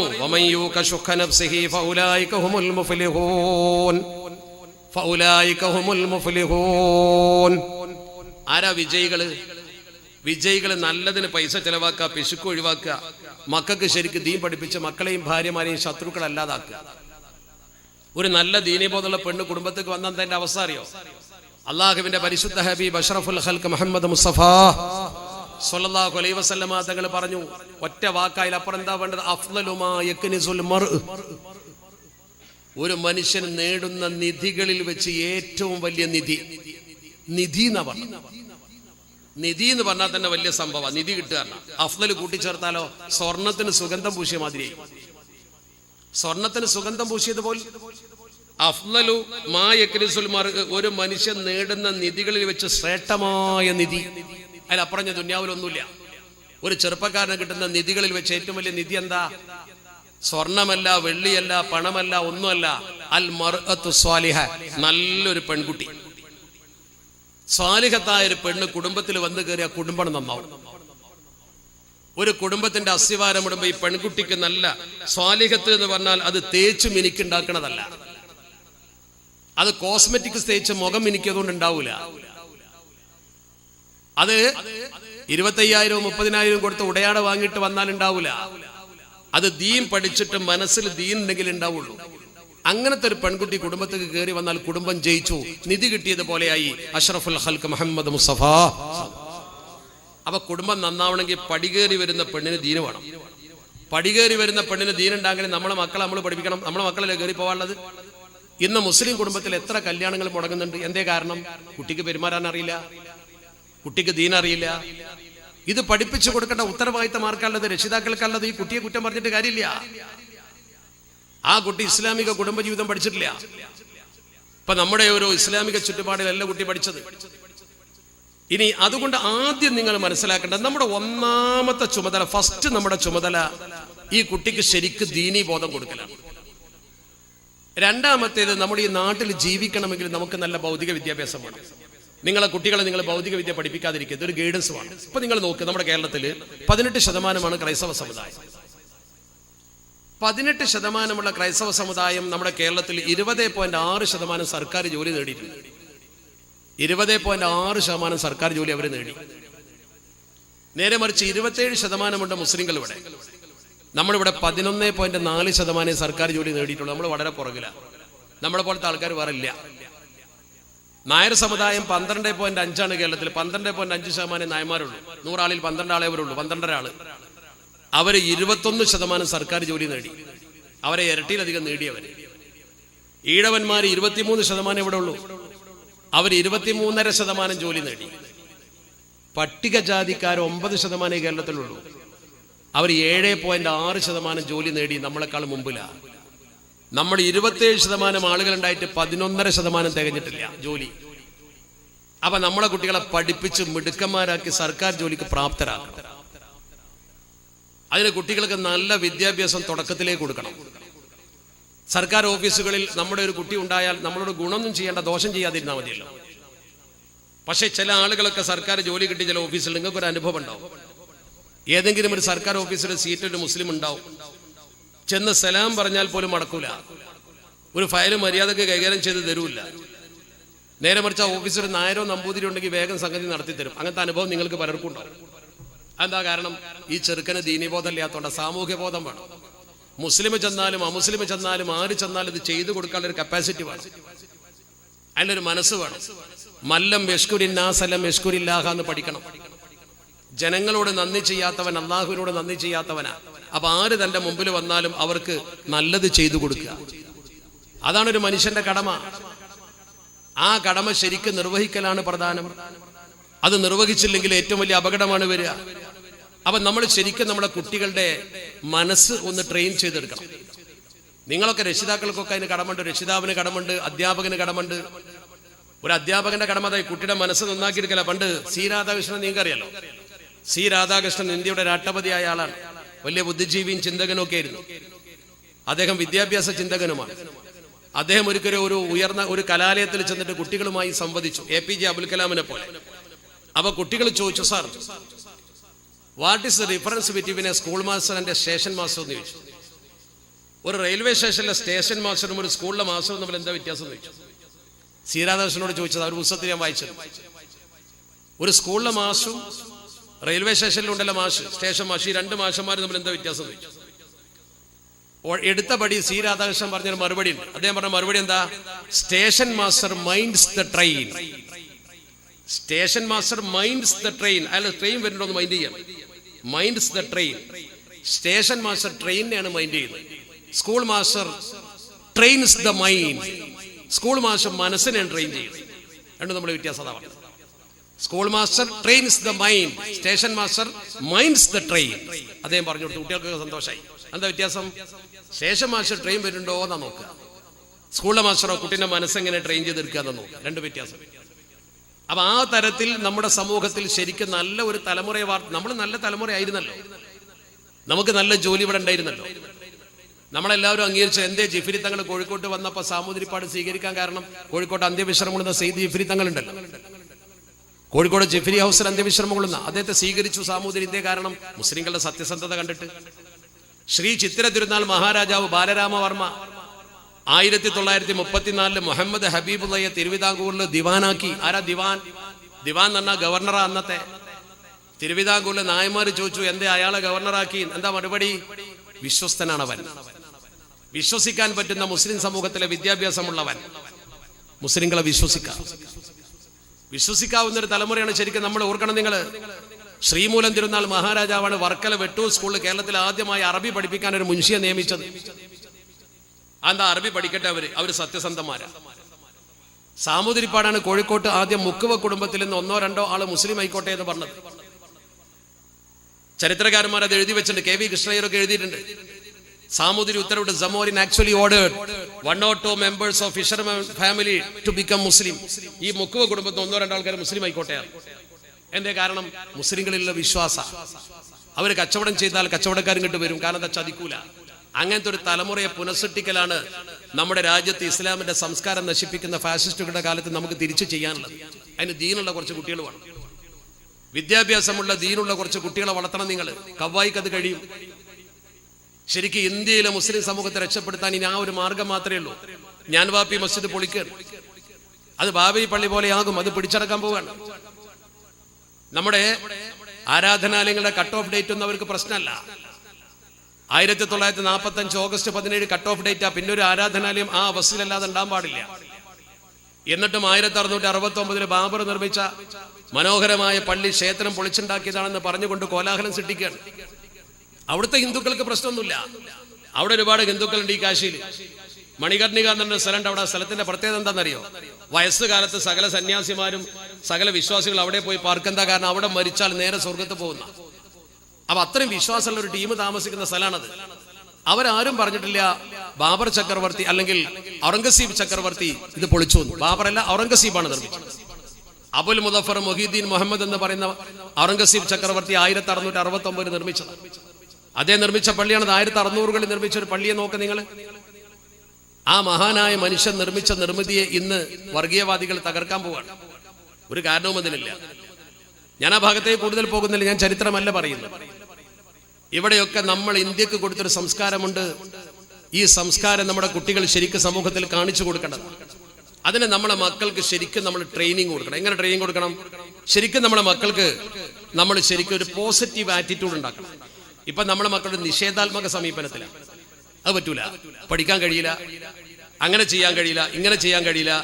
അവിടെ നമ്മൾ നമ്മളെ കുട്ടികളെ ശരിക്കും ട്രെയിൻ ചെയ്യണം. വിന്നേഴ്സ് ഉണ്ട്, ലോസേഴ്സും ഉണ്ട്. വിജയിക്കുന്ന കുട്ടികളുണ്ട്, പരാജയപ്പെടുന്ന കുട്ടികളുണ്ട്. നിങ്ങൾ വിദ്യാഭ്യാസ മനഃശാസ്ത്രം പഠിച്ചു നോക്ക്. വിജയിക്കുന്ന ഒരു കുട്ടി എന്താ പറയാ? എന്തൊരു സംഗതിയാണെങ്കിലും ശരി, അത് പ്രയാസമുണ്ടെങ്കിലും അവൻ പറയലെന്താ? ജയിക്കുന്ന വാക്കേ പറയുള്ളൂ. ഇപ്പൊ മദ്രസയിൽ സ്കൂളിൽ നോക്കാം, തരക്കടില്ല എന്ന് കുട്ടി പറയാൻ നിങ്ങൾ പ്രേരിപ്പിക്കണം. എന്താ കുട്ടി പറയാ? It may be difficult but it is possible. It may be difficult, അത് കുറച്ച് പ്രയാസമൊക്കെ ഉണ്ടാവും, എന്നാലും നേടാൻ പറ്റും. മദ്രസയിലും സ്കൂളിലും ഒപ്പം പഠിക്കാൻ കുറച്ച് പ്രയാസമൊക്കെ ഉണ്ടാവും, എന്നാലും നടക്കും ആണ് വിജയിക്കുന്ന കുട്ടി പറയാ. എന്താണ് പറഞ്ഞ വാക്ക് നോക്കി? ഇറ്റ് മേ ബി ഡിഫിക്കൽട്ട്, കുറച്ച് പ്രയാസമൊക്കെ ഉണ്ടാവും, but it possible, but it is possible, അങ്ങനെ പറയാ. നേരെ മറിച്ചുള്ള കുട്ടി മടിയനാണെങ്കിൽ എന്താ പറയാ? മടിയൻ കുട്ടി പറയും ഇറ്റ് മേ ബി പോസിബിൾ, അത് നടക്കുകയൊക്കെ ചെയ്യും, but it is too difficult, ഭയങ്കര ഇടങ്ങാറാണ്. അത് പറഞ്ഞാൽ തന്നെ പോയി കാര്യം. ഇത് രണ്ടും രണ്ട് മൈൻഡാണ്. ഈ മൈൻഡ് ഉണ്ടാക്കാതെ ശരിക്കും പോസിറ്റീവ് മൈൻഡ് കുട്ടികൾക്ക് ഉണ്ടായി കൊടുക്കണം. നിങ്ങൾ ഈ പോസിറ്റീവ് മൈൻഡ് കുട്ടികൾക്ക് ഉണ്ടായി കൊടുക്കുന്നതോടൊപ്പം തന്നെ ശരിക്കും അതിനെ നിങ്ങൾ പ്രിപ്പയർ ചെയ്യണം. പ്രിപ്പറേഷൻ ആൻഡ് ട്രെയിനിങ് എന്ന് പറയും. രക്ഷിതാക്കളൊന്ന് പ്രിപ്പയർ ചെയ്യണം.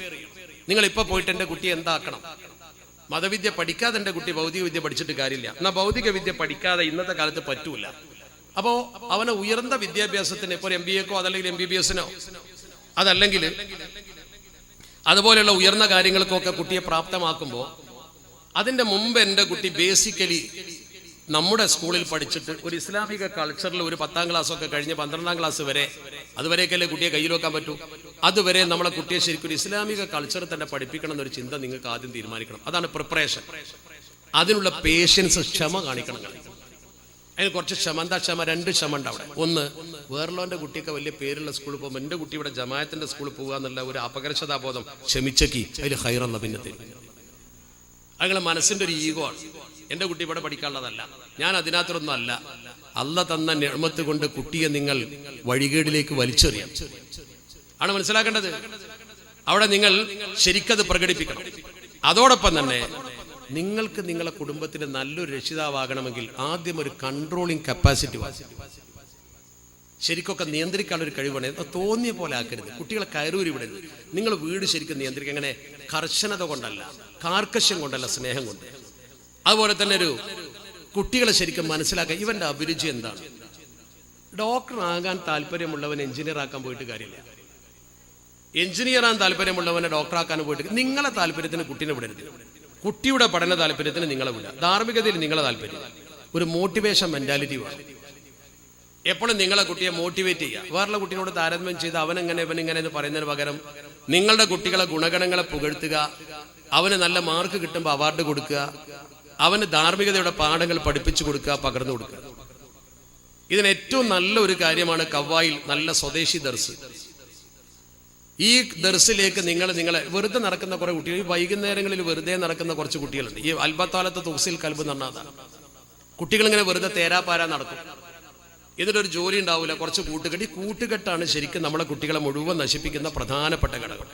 ഈ കൂട്ടുകെട്ട് നമ്മളെ കുട്ടികളെ നശിപ്പിക്കുന്നതിനെതിരെ നിങ്ങൾ ചെയ്യേണ്ട എന്താ? നിങ്ങൾ ശരിക്കും നമ്മുടെ കുട്ടികൾക്ക് നല്ല നിലക്ക് കാര്യങ്ങൾ പറഞ്ഞ് പഠിപ്പിച്ചു കൊടുക്കണം. അപ്പൊ ദയവ് ചെയ്ത് നിങ്ങളെ കുട്ടി ഒരു ജോലിയിൽ ഇപ്പം ഇല്ലെങ്കിൽ രാത്രി ഒഴിവുണ്ടെങ്കിൽ ആ ദർസിൽ നിന്ന് പോയിക്കോട്ടെ. സ്വദേശി ദർസിൽ പഠിക്കുന്നതോടൊപ്പം പുറത്ത് വേറെയും പഠിക്കാലോ. 1 മണിക്കൂർ ഒരു ഉസ്താദിന്റെ മുമ്പിൽ ഇരുന്നാൽ മതി. ഇപ്പൊ നമ്മളെ മതപഠനത്തിന്റെ ഗതി എന്താ? ഭൗതിക പഠനത്തിന് മണിക്കൂറുകൾ ചെലവാക്കുമ്പോൾ രാവിലെ നിങ്ങളെ കുട്ടി 1 മണിക്കൂറല്ലേ ശരിക്കൂടെ പഠിക്കണുള്ളൂ. 6:30 മുതൽ 7:30 മറ്റേ സ്കൂൾ തുടങ്ങും. 6 മണിക്ക് വരും എന്ന് പറഞ്ഞാൽ 6:20 കുട്ടികൾ വരുള്ളൂ. അവിടെ പോയി സമയം, പ്രസന്റ് എടുക്കാൻ സമയം പോയി. പിന്നെന്താ ബാക്കി ഉണ്ടാവുക? 1 മണിക്കൂർ സമയം. 1 മണിക്കൂറേ ദീൻ പഠിക്കുന്നുള്ളൂ കുട്ടി. ഭൗതിക വിദ്യക്ക് വേണ്ടി നിങ്ങൾ നീക്കി വെക്കുന്നതോ? അപ്പൊ നമുക്ക് ദീനിനോട് എത്ര സ്നേഹമുണ്ട്. ഈ കുട്ടി നിങ്ങളൊരു മൂലയിൽ കിടക്കുമ്പോൾ ഒരു തുള്ളി വെള്ളം തരാതിരുന്നാൽ ആരും കുറ്റപ്പെടുത്തിയിട്ട് കാര്യമില്ല. ആ കുട്ടിയെ നിങ്ങൾ പഠിപ്പിക്കാത്തതുകൊണ്ടാണ്. മാതാപിതാക്കൾ ഇന്ന് മക്കളെ കൊണ്ട് ദുഃഖിക്കുന്ന ഒരുപാട് അനുഭവമുണ്ട്. മാതാപിതാക്കൾ മക്കളെ കൊണ്ട് പ്രയാസപ്പെടുന്ന ഒരുപാട് അനുഭവമുണ്ട്. അപ്പൊ അടുത്ത ദിവസം ഞാൻ ഒരു സ്ഥലത്ത് പ്രസംഗിച്ചപ്പോൾ വീണ്ടും ഓർത്തു പോയതാ. ആ മുദരിസിനെ കണ്ടപ്പോൾ ഓർമ്മ വന്നാണ് എനിക്ക്. ഒരു മുദരിസ്, അയാൾ ഒരു ദർസിന്ന് രാജിവെച്ച് വേറെ ദർസ് തുടങ്ങി. വർഷങ്ങൾക്ക് മുമ്പാണ്. ഏതാനും വർഷങ്ങൾക്ക് മുമ്പ് എൻ്റെ ഒരു സുഹൃത്താണ് അദ്ദേഹം. മഹല്ല് പറയാൻ പാടില്ലല്ലോ. അയാൾ ചെയ്ത പണി എന്താണെന്നറിയും? ഒരു ദർസിൽ നിന്ന് അയാൾ ഇടക്കാലത്ത് ഇതുപോലത്തെ ഒരു സമയത്ത് രാജിവെച്ചിട്ട് വേറെ ദർസ് തുടങ്ങി. അയാൾ അവിടെ ദർസ് തുടങ്ങിയപ്പോൾ അതിന്റെ ഉദ്ഘാടനത്തിന് എന്നെ ക്ഷണിച്ചു. ഞാൻ പോയി. നമുക്ക് ഈ അനുഭവങ്ങളാണല്ലോ വലിയ പാഠം. അയാൾ അവിടെ വെച്ച് പ്രസംഗിച്ച പ്രസംഗമാണ് ഞാൻ ഇനി പറയുന്നത്. അയാൾ പ്രസംഗിച്ചപ്പോഴാണ് ഞാനത് കേട്ടത്. അയാൾ പറഞ്ഞു, ഞാൻ ഇടക്കാലത്ത് ഇവിടെ ദർസ് തുടങ്ങാൻ കാരണം ഞാൻ ഇന്നേ വരെ എൻ്റെ ജീവിതത്തിൽ ഒരു ദർസ് ഇടക്കാലത്ത് വെച്ച് നിർത്തിയിട്ടില്ല. നിങ്ങളിവിടെ ദർസ് തുടങ്ങാൻ ആഗ്രഹിച്ച് നിങ്ങൾക്കൊരു മുദ്രിസനെ കിട്ടാതെ നിങ്ങൾ നിൽക്കുന്ന സമയത്ത് ഈ വിവരം അറിയുകയും ഞാൻ ഇങ്ങോട്ട് രാജിവെച്ച് വരികയും ചെയ്യാൻ കാരണം ഇവിടെ ഒരു ഒഴിവുണ്ട് എന്ന് കരുതി വന്നതല്ല. ഞാൻ അത്തരക്കാരനല്ല. അയാൾ പ്രസംഗിക്കുകയാണ്, ഞാൻ ഇവിടെ വരാനൊരു വലിയ കാരണമുണ്ട്, ഞാൻ ആ ദർസിൽ നിന്ന് രാജിവെക്കാൻ ഒരു പ്രധാന കാരണമുണ്ട് എന്ന് പറഞ്ഞു. എന്നിട്ട് അയാൾ ആ കാരണം വിശദീകരിച്ചു. എന്താ കാരണം എന്നറിയോ? ആ കാരണം നമ്മുടെ മനസ്സിനെ ചിന്തിപ്പിക്കണം. അയാൾ ആ ദർസിൽ നിന്ന് രാജിവെക്കാനുള്ള കാരണം അയാൾ ശരിക്കും വിശദീകരിച്ചു. എന്താ സംഭവം? ആ മഹലിൽ ഒരു നിക്കാഹ് നടന്നു. സാധാരണ നിക്കാഹ് നടന്നാൽ നിക്കാഹിന്റെ ഒരു സാക്ഷി ഒപ്പിടുന്ന പുസ്തകം മുഅദ്ദിൻ കൊണ്ടുവരും. നിങ്ങൾക്കറിയാം, അതിൽ സാക്ഷികൾ ഒപ്പിടും. വരന്റെ ഭാഗത്തു നിന്ന് ഒരു സാക്ഷി, വധുവിന്റെ ഭാഗത്ത് നിന്ന് സാക്ഷി. ഇതൊരു പതിവാണ്. അങ്ങനെ നിക്കാഹൊക്കെ കഴിഞ്ഞ് പള്ളിയിലാണ് നിക്കാഹ് കഴിഞ്ഞ് ഒരു ചെറിയ സ്നാക്സ് ഉണ്ട്, അത് കഴിക്കാൻ വേണ്ടി ആളുകൾ പുറത്തിറങ്ങി. അപ്പോൾ ഈ മുഅദ്ദിൻ റെക്കോർഡ് നോക്കുമ്പോൾ വരന്റെ ഭാഗത്തുള്ള സാക്ഷി ഒപ്പിട്ടിട്ടില്ല. അപ്പൊ അയാളത് പറഞ്ഞു പള്ളിക്ക് പുറത്തുള്ള ആളുകളോട്, നിങ്ങളെ ഭാഗത്തുനിന്ന് ഒരാൾ സാക്ഷി വേണം. അപ്പോൾ ഒരാൾ ഷൂ അഴിച്ച് നേരെ പള്ളിക്ക് കയറി. വരന്റെ ഒരു സാക്ഷി പള്ളി കയറി, ഫാൻസിട്ട് ഒരു ചെറുപ്പക്കാരൻ. അവൻ സാക്ഷിയായി ഒപ്പിടാൻ വേണ്ടി അവിടെ ഇരുന്നു. നിലത്താണ് ഇത് വെച്ചിട്ടുള്ളത്, പള്ളിയിലല്ലേ. ഈ ഒപ്പിടേണ്ട സ്ഥലം കാണിച്ചു കൊടുക്കാൻ വേണ്ടി മുഅദ്ദിനും ഇരുന്നു. ചൂണ്ടിക്കാണിച്ചു കൊടുത്തു.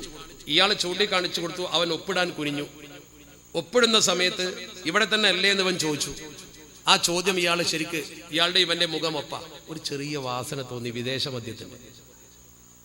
അയാളത് മനസ്സിൽ വെച്ച് ഒപ്പിട്ട് ബുക്ക് മടക്കി ഇവന്റെ കയ്യെ പിടിച്ചിട്ട് തൊട്ടപ്പുറത്ത് കൊണ്ടുപോയിട്ട് ഇടി വെട്ടും പോലെ പെട്ടെന്നൊരു ചോദ്യം. ഇയാൾ നല്ല വിദ്യാഭ്യാസമുള്ള ഒരു മുഅദ്ദിനാണ്, സാധാരണ മല്ലാക്കല്ല. മൊല്ലാക്ക എന്ന് പറഞ്ഞാൽ മോശം എന്നല്ല കേട്ടോ. മുല്ലാന്ന ജാമിയുൽ ഫുനൂനാണ്. ഞാൻ മൊല്ലാക്കന്മാർ ദേഷ്യം പിടിക്കണ്ട. മുല്ല എന്ന് പറഞ്ഞാൽ ജാമിയുൽ ഫുനൂന, എല്ലാ ഫന്നും അറിയുന്ന ആളാണ്. മുല്ല അലിയുൽ കാരി തങ്ങളൊക്കെ ഉണ്ട്. അപ്പൊ ഇയാള് ഒരു ചെറുപ്പക്കാരനാണ്. പെട്ടെന്ന് ഇയാൾ ചോദിച്ചു, മദ്യപിച്ചിട്ടുണ്ടല്ലേ എന്ന് ചോദിച്ചു. ഇടി വെട്ടിയ പോലെ ചോദ്യം. പെട്ടെന്ന് ചോദിക്കുമ്പോൾ ആരും പതറും. ഇവൻ ആകെ പതറി. വാസന കേട്ടിട്ടുണ്ടല്ലോ, ഒന്നും പറയാൻ പറ്റൂല. ഇവൻ ഇയാളെ 2 കൈയും കൂട്ടിപ്പിടിച്ചു. മുഅദ്ദിന്റെ, ഉസ്താദെ വഷളാക്കരുത്, ഞാൻ മാത്രല്ല പുതിയാപ്പിളടക്കം 5-8 ആൾ കുടിച്ചിട്ടുണ്ട് എന്ന് പറഞ്ഞു. അപ്പൊ ഇയാൾ ആകെ അന്തം മുട്ടുപോയി. എന്തേ സംഭവം എന്ന് ചോദിച്ചു. ഇവൻ സത്യസന്ധമായിട്ട് പറഞ്ഞു. ഇയാൾ സോപ്പിട്ട് ചോദിച്ചപ്പോൾ പുതിയാപ്പിളിനെ ഡ്രസ്സ് ചെയ്യിക്കാൻ വേണ്ടി റൂമിലേക്ക് കയറിയപ്പോൾ ഞങ്ങൾ 5-8 ആളുകൾ ഉണ്ടായിരുന്നു, കൂട്ടുകാരൻ. അതിലൊരു കൂട്ടുകാരൻ അരയിലൊരു കുപ്പി കൊണ്ടാ വന്നത്. നല്ലൊരു അനുഗ്രഹീത ദിവസമല്ലേ, ഒന്ന് ബർക്കത്താക്കണമെന്നോ തീരുമാനിച്ചതാ. ബർക്കത്തുണ്ടാക്കാൻ പറ്റിയ സാധനം തന്നെയാണല്ലോ. അങ്ങനെ ബർക്കത്താക്കിയതാണ്. അപ്പോൾ എല്ലാവരും കുടിച്ചു. കുപ്പി അവസാനം എൻ്റെ കയ്യിലാത്തത്. ഞാൻ ഊറ്റി കുടിച്ചപ്പോൾ കുറച്ച് കൂടിയിട്ടുണ്ടാകാം, അല്ലാതെ കൂടുതൽ തെറ്റൊന്നും ഞാൻ ചെയ്തിട്ടില്ല എന്ന്. ഇയാളത് മനസ്സിൽ വെച്ചു. വിഷയം തീർന്നു. ഇത് കഴിഞ്ഞതിന് ശേഷം അദ്ദേഹം അത് കമ്മിറ്റിക്കാരോട് പറഞ്ഞു. കമ്മിറ്റിക്കാർ കമ്മിറ്റി യോഗം വിളിച്ചു. അടിയന്തരമായി യോഗം വിളിച്ചപ്പോൾ ഈ ചെറുപ്പക്കാരൻ അവിടുത്തെ ഉയർന്ന കുടുംബത്തിലെ കുട്ടിയാണ്. ആ കുടുംബത്തിൽ 1-2 പേര് കമ്മിറ്റിയിലുണ്ട്. അവസാനം തീരുമാനം ഉണ്ടായത് എന്താ, ചെറുപ്പക്കാർ കുട്ടികളാവുമ്പോൾ അങ്ങനെയൊക്കെ സംഭവിക്കും, വിവരമുള്ള മനുഷ്യന്മാരത് പുറത്ത് പറയാൻ പാടുണ്ടോന്നാണ്. മുഅദ്ദിനെ പിരിച്ചുവിടാൻ തീരുമാനിച്ചു. മിനിസിൽ എഴുതി. ഇതുണ്ടായത്. കുറ്റമാർക്കാ ഇത് പുറത്ത് പറഞ്ഞ മുഅദ്ദിന്. കുടിച്ച കുട്ടികൾക്കാർക്കും കുഴപ്പമില്ല. ആ കുടുംബത്തിന്റെ പ്രത്യേകതയാണ്. ആ കുടുംബത്തിനെതിരെ അവിടെ പറയാൻ പറ്റൂല. അയാളെ പിരിച്ചുവിട്ടു. അയാളെ പിരിച്ചുവിട്ടപ്പോൾ ഉസ്താദ് അത് ചോദ്യം ചെയ്തപ്പോൾ ഉസ്താദിനോട് പറഞ്ഞു, നിങ്ങളിവിടെ ദർസ് നടത്താൻ വന്ന ആളാണ്, കമ്മിറ്റി എടുക്കുന്ന തീരുമാനത്തിൽ നിങ്ങൾ ഇടപെടാന്ന്. അയാൾ രാജിവെച്ചിട്ട് പോകുന്ന. അതാണ് ഈ രാജി. അയാളൊന്നും ചെയ്തിട്ടല്ല. നിങ്ങൾ ആലോചിച്ച് നോക്ക്. മദ്യപൻ, ഫാസിക്ക്, തമ്മാടി സാക്ഷിക്ക് പറ്റൂല.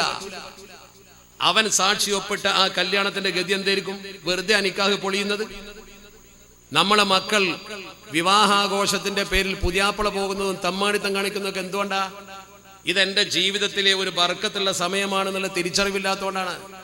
ആ തിരിച്ചറിവ് കുട്ടിക്കില്ലാത്തത് ഡിഗ്രിയും PGയും മാത്രം പഠിച്ചതുകൊണ്ടാണ്. കുറച്ച് മതബോധം ആ കുട്ടിക്ക് ഉമ്മയും ഉപ്പയും കൊടുത്തിരുന്നെങ്കിൽ ഈ ഗതി വരൂല. ഒരു സ്വദേശി ദർശനം 1 കൊല്ലമെങ്കിലും പോയിരുന്നെങ്കിൽ ഈ ഗതി വരൂല. മക്കളെ ഈ രീതിയിൽ വഴിയാധാരമാക്കി ഖേദിക്കേണ്ട വിധി വരാതിരിക്കാനാ ഈ ഉത്ബോധനം നിങ്ങൾക്ക് തന്നിട്ടുള്ളത്. ഞാൻ ദീർഘിപ്പിക്കുന്നില്ല. നിങ്ങൾ ശരിക്കും മനസ്സിലാക്കേണ്ട പ്രധാനപ്പെട്ട കാര്യം അതാ. നമ്മളോട് അല്ലാഹു നാളെ ചോദിക്കൂലേ? അല്ലെങ്കിൽ തന്നെ ജീവിതത്തെക്കുറിച്ച് അല്ലാഹുവിന്റെ പരിശുദ്ധ ഖുർആൻ കൃത്യമായി പറഞ്ഞിട്ടുണ്ട്. നമ്മുടെ കുട്ടികൾക്കൊക്കെ പ്രത്യേകമായ ഒരു കാലഘട്ടമുണ്ട്. ഇഅ്ലമു അന്നമൽ ഹയാത്തുദ് ദുനിയ ലഇബുൻ വലഹുവൻ വസീനത്തുൻ വതഫാഖുറുൻ. കണ്ടോ? വതഫാഖുറും ബൈനകും വതകാസുറും ഫിൽ അംവാലി വൽ ഔലാദ്. 5 സ്റ്റേജ് ഉണ്ട്. ജീവിതം എന്ന് പറയുന്നത് ഇഅ്ലമു അന്നമൽ ഹയാത്തുദ് ദുനിയ ലഇബുൻ. ലഇബ് കളി, ഒരു കളിപ്രായുണ്ട്. ഒരു 5-6 വയസ്സൊക്കെ വരെയുള്ള ഒരു കളിപ്രായുണ്ട്. അത് കളിക്കന്നെ കല്യാണത്തിന് കഴിയുന്ന കുട്ടികൾ ഓടിങ്ങനെ കളിക്കും, കോണി കയറും ഇറങ്ങും, അധ്വാനം, എന്തോ ഒരു വേർത്ത് കുളിച്ച് ഒരു കാര്യം അതിലുണ്ടാവില്ല. നിങ്ങളൊക്കെ കുട്ടികളെ കൈ പിടിച്ച് പോയിട്ട് ഇൽപ്പടെ പുറത്തുണ്ട് കുട്ടികളെ ഓടി ചാടി കളിക്കണ്. എത്ര അധ്വാനമാണത് ഈ ചൂടത്ത് നമ്മൾ ചെയ്യോ? അവരത് ഓടുന്നു ചാടുന്നു, അവർക്കത് വിഷയമല്ല. ലഇബിന്റെ ഒരു കാരണം. അത് കഴിഞ്ഞാൽ പിന്നെ ലഘുവാണ്. ലഘുവ് എന്ന് പറഞ്ഞാൽ 7 വയസ്സൊക്കെ കഴിഞ്ഞിട്ട് കുറച്ചൊക്കെ വിവേകം വെക്കുന്ന സമയത്ത്, അന്തം വെക്കുന്ന സമയത്ത് അപ്പോൾ ഒരു കളി ഉണ്ടാവും, പലതരം കളിയുണ്ട്. അതൊരു ലഘുവാണ്, വിനോദത്തിനുള്ള കളിയാണ്. അതിനൊരു ക്രമമൊക്കെ ഉണ്ടാവും. അത് കഴിഞ്ഞാൽ പിന്നത്തെ കാലം ഏതാ? സീനത്തുൻ. പിന്നെ അവൻ ടീനേജിലേക്കാണ് വരികയാണ്. ആ സീനത്തിന്റെ പ്രായം. സീനത്തിന് എന്താ? സീനത്തിന്റെ നേരർത്ഥം ഭംഗിയെന്ന. പച്ച മലയാളത്തിൽ മനസ്സിലാക്കുന്ന മാതിരി പറഞ്ഞാൽ ഇംഗ്ലീഷ് പറയണം, സ്റ്റൈലാക്കണ പ്രായം എന്നാണ്. അപ്പൊ കുട്ടികളെ ഈശ്വര ചീർപ്പൊക്കെ ഉണ്ടാവും, ഇടക്കിടക്ക് മുടി വാരും. പെൺകുട്ടികളാണെങ്കിൽ കണ്ടായിട്ട് മുന്നിൽ നീക്കൂല, അവർക്ക് ഏത് വസ്ത്രം വേണ്ടെന്ന് തോന്നൂല, അതിങ്ങനെ ഇട്ടിട്ട് തിരിഞ്ഞും മറിഞ്ഞു നോക്കണ ഒരു സീനത്തിന്റെ പ്രായമുണ്ട്. ചിരിക്കുന്നുണ്ട് ചില ചെറുപ്പക്കാർ, അതൊക്കെ ഉള്ളത് തന്നെയാണ്. അതൊരു പ്രായമാണ്. അത് കഴിഞ്ഞാൽ പിന്നുണ്ട് ഒരു പ്രായം, തഫാഖുറും ബൈനക്കും, ഒരു ബലം പിടിക്കണ പ്രായം. അതേതാ? യുവത്വത്തിന്റെ പ്രായം. അവൻ പിടിച്ച മുയലിന് 4 ചെവിയായിരിക്കും. അവൻ ഏത് പ്രസ്ഥാനത്തിലാ ചേർന്നെങ്കിലും ബാപ്പ് ഇരിച്ചാലും അവിടെ നിന്ന് പോരൂല. കുട്ടികൾ അവിടെ പോയി പെട്ടു. ആ തീവ്രവാദ പ്രസ്ഥാനത്തിൽ പോയാലും ശരി, ഏത് പ്രസ്ഥാനത്തിൽ പോയാലും ശരി, അവൻ അവിടെ പോയാൽ പിന്നെ തിരിച്ചിട്ടൂല. അത് തഫാഖുറും ബൈനക്കും എന്നുള്ളതാണ്. അത് കഴിഞ്ഞാൽ പിന്നെ മക്കളായി, കുട്ടികളായി. അപ്പൊ ഒരു ബോധമൊക്കെ വന്നു. അപ്പോഴാണ് നമ്മുടെ മനസ്സിൽ വരുന്ന ഒരു പ്രത്യേക രീതി. അതേതാ? അത് നമുക്ക് കുടുംബം, അതുപോലെ തന്നെ കുട്ടികള്, സമ്പത്ത്, ഇതിലൊക്കെ അഭിമാനിക്കുന്ന ഒരു പ്രായം പിന്നെ വരും. അതാണ് വതകാസുറും ഫിൽ അംവാലി വൽ ഔലാദ്. ഇങ്ങനെ ഒരു 5-6 സ്റ്റേജ് ഉണ്ട്. ഈ സ്റ്റേജിൽ കുട്ടി ഈ യുവത്വ പ്രായം എത്തുമ്പോൾ പിടിച്ചാൽ കിട്ടൂല. അപ്പൊ പിടിച്ചാൽ കിട്ടൂല. ചെറുപ്പം മുതൽ ഈ കുട്ടി, നിങ്ങൾ ആ കളിക്കുന്ന പ്രായത്തിലെ കുട്ടിക്ക് ചെറുതായി ഇങ്ങനെ പഠിപ്പിച്ചു കൊടുക്കണം. അള്ളാഹുവിന്റെ പരിശുദ്ധ ഹബീബ് അഷ്റഫുൽ ഖൽഖ് മുഹമ്മദ് മുസ്തഫ സ്വല്ലല്ലാഹു അലൈഹി വസല്ലമ തങ്ങൾ കുട്ടികളെ സ്നേഹിച്ച പോലെ വേറെ ആരും സ്നേഹിച്ചിട്ടില്ല. എന്തോ ഒരു സ്നേഹ നബി തങ്ങൾ കാണിച്ചത്. ഹസൻ റളിയല്ലാഹു തആല അൻഹു, ഹുസൈൻ റളിയല്ലാഹു തആല അൻഹു, ഈ രണ്ട് കുട്ടികൾ തോളത്തിങ്ങനെ ഇരുന്ന ആ കുട്ടികളെയും കൊണ്ട് നബി തങ്ങൾ നിസ്കാരത്തിൽ ഉയരുമായിരുന്നു. ആ കുട്ടികൾ അള്ളാഹുവിന്റെ പരിശുദ്ധ ഹബീബ് സുജൂദിൽ പോകുമ്പോൾ പുറത്തു കയറി ആനപ്പുറത്തിരിക്കും പോലെ ഇരിക്കുമായിരുന്നു. ആ കുട്ടികളെ വേദനിപ്പിക്കരുതെന്ന് മുത്തുനബി തങ്ങൾ പറഞ്ഞിട്ടുണ്ട്. എന്നാൽ ഓർക്കണേ, ഇതേ കുട്ടികളിൽപ്പെട്ട ഒരു കുട്ടി ഹസൻ ബിൻ അലി റളിയല്ലാഹു തആല അൻഹു മുട്ടുകുത്തിച്ചെന്ന് സക്കാത്തിന്റെ കാരക്ക കൂട്ടി വെച്ച കാരക്കയിൽ നിന്നൊരു കാരക്ക എടുത്ത് വായിലിട്ടു. സക്കാത്ത് ബൈത്തുൽ മാലിന്റേതാണ്, അത് സയ്യിദ് കുടുംബത്തിന് പറ്റൂല. അള്ളാഹുവിന്റെ പരിശുദ്ധ ഹബീബ് അത് കണ്ടപ്പോ കുട്ടിയുടെ വായിലേക്ക് കൈയിട്ട് വലിച്ചിട്ട് ആ കാരക്ക പുറത്തെടുത്തപ്പോ കുട്ടി വാവിട്ട് കരഞ്ഞപ്പോ നബി തങ്ങൾ പറഞ്ഞു, മോനെ ഒരിക്കലും അത് നമ്മൾക്ക് പറ്റൂല കുട്ടി. വല്യാപ്പ കുട്ടിയുടെ വായിൽ മധുരം വലിച്ചെടുത്തു. കുട്ടി വേദനിച്ചു. വല്യാപ്പ ചെയ്തപ്പോ കുട്ടിക്ക് വലിയ സങ്കടമായി. അവിടെ കുട്ടി അത് തിന്നപ്പോ നോക്കി നിന്നില്ല. തന്റെ മകളാകുന്ന ഫാത്തിമ ബീവിയെ നബി തങ്ങൾ അടുത്ത് വിളിച്ചിട്ട് പറഞ്ഞു, ഫാത്തിമ അങ്കിദി നഫ്സകി അനിന്നാർ, പൊന്നമോളെ നിന്റെ തടി നീ നരകത്തിൽ നിന്ന് രക്ഷപ്പെടുത്തണം. ഫഇന്നി ലാ ഉനി അൻകി മിനല്ലാഹി ശൈആ. ബാപ്പ നബിയാണെന്ന് പറഞ്ഞുകൊണ്ട് നീ അങ്ങോട്ട് വന്നാൽ ബാപ്പാക്കൊന്നും ചെയ്തു തരാൻ കഴിയില്ല മോളെ. നിസ്കരിക്കാതെ നോമ്പ് നോക്കാതെ നീ അവിടെ വന്നാൽ, നിന്റെ അമലുകൾ നീ കൃത്യമാക്കാതെ വന്നാൽ ബാപ്പ ഒന്നും ചെയ്തു തരൂല മോളെ. ബാപ്പാക്ക് ശഫാഅത്ത് ചെയ്യാൻ പറ്റൂല എന്നല്ല അതിന്റെ അർത്ഥം. അടിസ്ഥാന അമല് ചെയ്യാതെ വന്നാൽ രക്ഷപ്പെടൂല. അഷ്റഫുൽ ഖൽഖ് മുഹമ്മദ് മുസ്തഫ. ഈ ജാതി ഒരു ഉപദേശം ഒരു ദിവസങ്ങളെ കുട്ടികൾക്ക് കൊടുത്തിട്ടുണ്ടോ? മാർക്കിട്ടാത്തിന് ദേഷ്യം പിടിക്കാന്നല്ലാതെ, അല്ലെങ്കിൽ നിങ്ങൾ പറഞ്ഞൊരു പണി കുട്ടികൾ എടുക്കാൻ ഞാൻ ദേഷ്യം പിടിക്കാന്നല്ലാതെ ഈ ധാർമ്മികമായ ഉത്ബോധനത്തിന്റെ ഒരു തരിമ്പ് നിങ്ങൾ കുട്ടികൾക്ക് കൊടുത്തിട്ടുണ്ടോ? പിന്നെ കുട്ടികൾ മോശമാണെന്ന് പറഞ്ഞിട്ട് കാര്യമുണ്ടോ? അപ്പൊ അതുകൊണ്ട് കുട്ടികൾക്ക് മതം പഠിക്കാനുള്ള സൗകര്യം ചെയ്തു കൊടുക്കുക. നല്ലൊരു രക്ഷിതാവ് കാർക്കശ്യത്തോടെ കുട്ടിയെ നേരിട്ട് ചേർത്ത് പിടിച്ചിട്ട് കുട്ടിയുടെ മക്കളെ നീ പഠിക്കാൻ നാളെ രക്ഷയുണ്ടാവില്ല, ഇങ്ങനെയൊക്കെയാണ് സംഭവം എന്ന് പറഞ്ഞിട്ട് സ്നേഹത്തോടു കൂടി കുട്ടിയെ പെരുമാറുക. അതാണ് നല്ല ഭക്ഷണം കൊടുക്കും പോലെ നല്ല ഉപദേശം കൊടുക്കുക. കുട്ടിയുടെ ഉണരലും ഉറക്കവും ഒക്കെ ഒരു ചിട്ടപ്പെടുത്തുക. ഉറങ്ങാൻ പോകുമ്പോൾ കുട്ടിയോട് ഇന്നതൊക്കെ ചെല്ലണം. റസൂൽ പഠിപ്പിച്ച ആരോഗ്യം ഉണ്ടാവാനുള്ളതിലും അത് പഠിപ്പിച്ചു കൊടുക്കണം. സുബ്ഹാനല്ലാഹ്, അൽഹംദുലില്ലാഹ്, അല്ലാഹു അക്ബർ ഒക്കെ ചെല്ലിക്കണം. രാവിലെ എഴുന്നേൽക്കുമ്പോൾ തന്നെ അൽഹംദുലില്ലാഹില്ലദീ അഹ്യാനി ചെല്ലാതെ ഒറ്റ കുട്ടി എഴുന്നേൽക്കരുത്. ജീവിതം തിരിച്ചു തന്ന പടച്ച റബ്ബിന് അൽഹംദുലില്ലാ പറയാതെ എഴുന്നേറ്റാൽ പിന്നെ പടച്ചോന്റെ തിരുനോട്ടം ഉണ്ടാവില്ല. അതൊക്കെ തിരിച്ചു കൊണ്ടുവന്നാൽ നമ്മുടെ കുട്ടികളെ രക്ഷപ്പെടുത്താൻ കഴിയും. ഞാൻ ദീർഘിപ്പിക്കുന്നില്ല, 10 മണിയാവുന്നുണ്ട്, എനിക്ക് തിരിച്ചു പോവുകയും വേണം. ഇവിടെ ഇത്തരമൊരു മനോഹരമായ ചടങ്ങ് സംഘടിപ്പിച്ച് ഇതിനൊക്കെ വഴിയൊരുക്കിയ നിങ്ങളോടൊരു കാര്യം കൂടി പറയാണ്ട്, നമുക്ക് ഇനി രക്ഷപ്പെടാനുള്ള ഒരു പ്രധാന മാർഗം നല്ല ഭൗതിക വിദ്യാഭ്യാസം നമ്മുടെ കുട്ടികൾക്ക് കൊടുക്കലാണ്. അപ്പൊ IAS അതുപോലെ തന്നെ KAS, കേരള അഡ്മിനിസ്ട്രേറ്റീവ് സർവീസ്, അത് വളരെ പ്രധാനമാണ്. കേരള അഡ്മിനിസ്ട്രേറ്റീവ് സർവീസ് എന്ന് പറയുമ്പോൾ കുട്ടികളൊന്ന് പഠിക്കണം. എങ്ങനെയെങ്കിലും ഒരു പരീക്ഷ നിങ്ങൾ എഴുതി കഴിഞ്ഞാൽ ആ പരീക്ഷയിലൂടെ നമുക്ക് ലഭിക്കാൻ പോകുന്നത് ഏറ്റവും വലിയ സെക്രട്ടേറിയറ്റിൽ ഒരു അസിസ്റ്റന്റ് ആയിട്ട് കയറിയാൽ മതി. കേരളത്തിന്റെ ഒരു സെക്രട്ടേറിയറ്റിൽ ഒരു അസിസ്റ്റന്റ് ആയിട്ട് കയറിയാൽ മതി. സെക്രട്ടേറിയറ്റിൽ അസിസ്റ്റന്റ് ആയി കഴിഞ്ഞാൽ അതിന് ക്ലർക്ക് എന്ന് പറയില്ല, ക്ലർക്കാണ് അസിസ്റ്റന്റ്. അത് കഴിഞ്ഞാൽ പിന്നെ സീനിയർ ക്ലർക്കാവും. കുറച്ച് കഴിയുമ്പോൾ സീനിയർ ക്ലർക്ക് കുറച്ച് കഴിയുമ്പോൾ ASO ആവും. അസിസ്റ്റന്റ് സെക്ഷൻ ഓഫീസർ, അടുത്ത സെക്ഷൻ ഓഫീസറാണ്. സെക്ഷൻ ഓഫീസർ കഴിഞ്ഞാൽ പിന്നെ അണ്ടർ സെക്രട്ടറി ആവും. അണ്ടർ സെക്രട്ടറി കഴിഞ്ഞാൽ deputy secretary, joint secretary, additional secretary, special secretary. അത് കഴിഞ്ഞാൽ പിന്നെ IAS ഗവൺമെന്റ് കൊടുക്കും. IAS ഗവൺമെന്റ് കൊടുക്കും. നമുക്കത് നേടാൻ പറ്റും. നിങ്ങളെ കുട്ടികൾ ഈ കേരളത്തിലെ KS പരീക്ഷ വരുമ്പോൾ ഒന്ന് ശ്രദ്ധിച്ചാൽ മതി. IAS പരിശ്രമിച്ചാൽ മതി. ശരിക്കും ശ്രദ്ധിക്കണം. നിങ്ങൾ ഈ മെഡിസിനും എഞ്ചിനീയറൊക്കെ ഒന്ന് നിർത്തിവെച്ചിട്ട്, ഡോക്ടർമാരും എഞ്ചിനീയർമാരൊക്കെ ധാരാളമുണ്ട്. രാജ്യത്തിന്റെ ഭരണസിരാ കേന്ദ്രത്തിൽ നിങ്ങൾ വരണം. അതിന് അടിത്തറട്ട് പഠിക്കണം. നിങ്ങൾ നന്നായിട്ട് നമ്മളെ കുട്ടികളെ അഡ്മിനിസ്ട്രേറ്റീവ് ഫീൽഡിലേക്ക് കൊണ്ടുവരണം.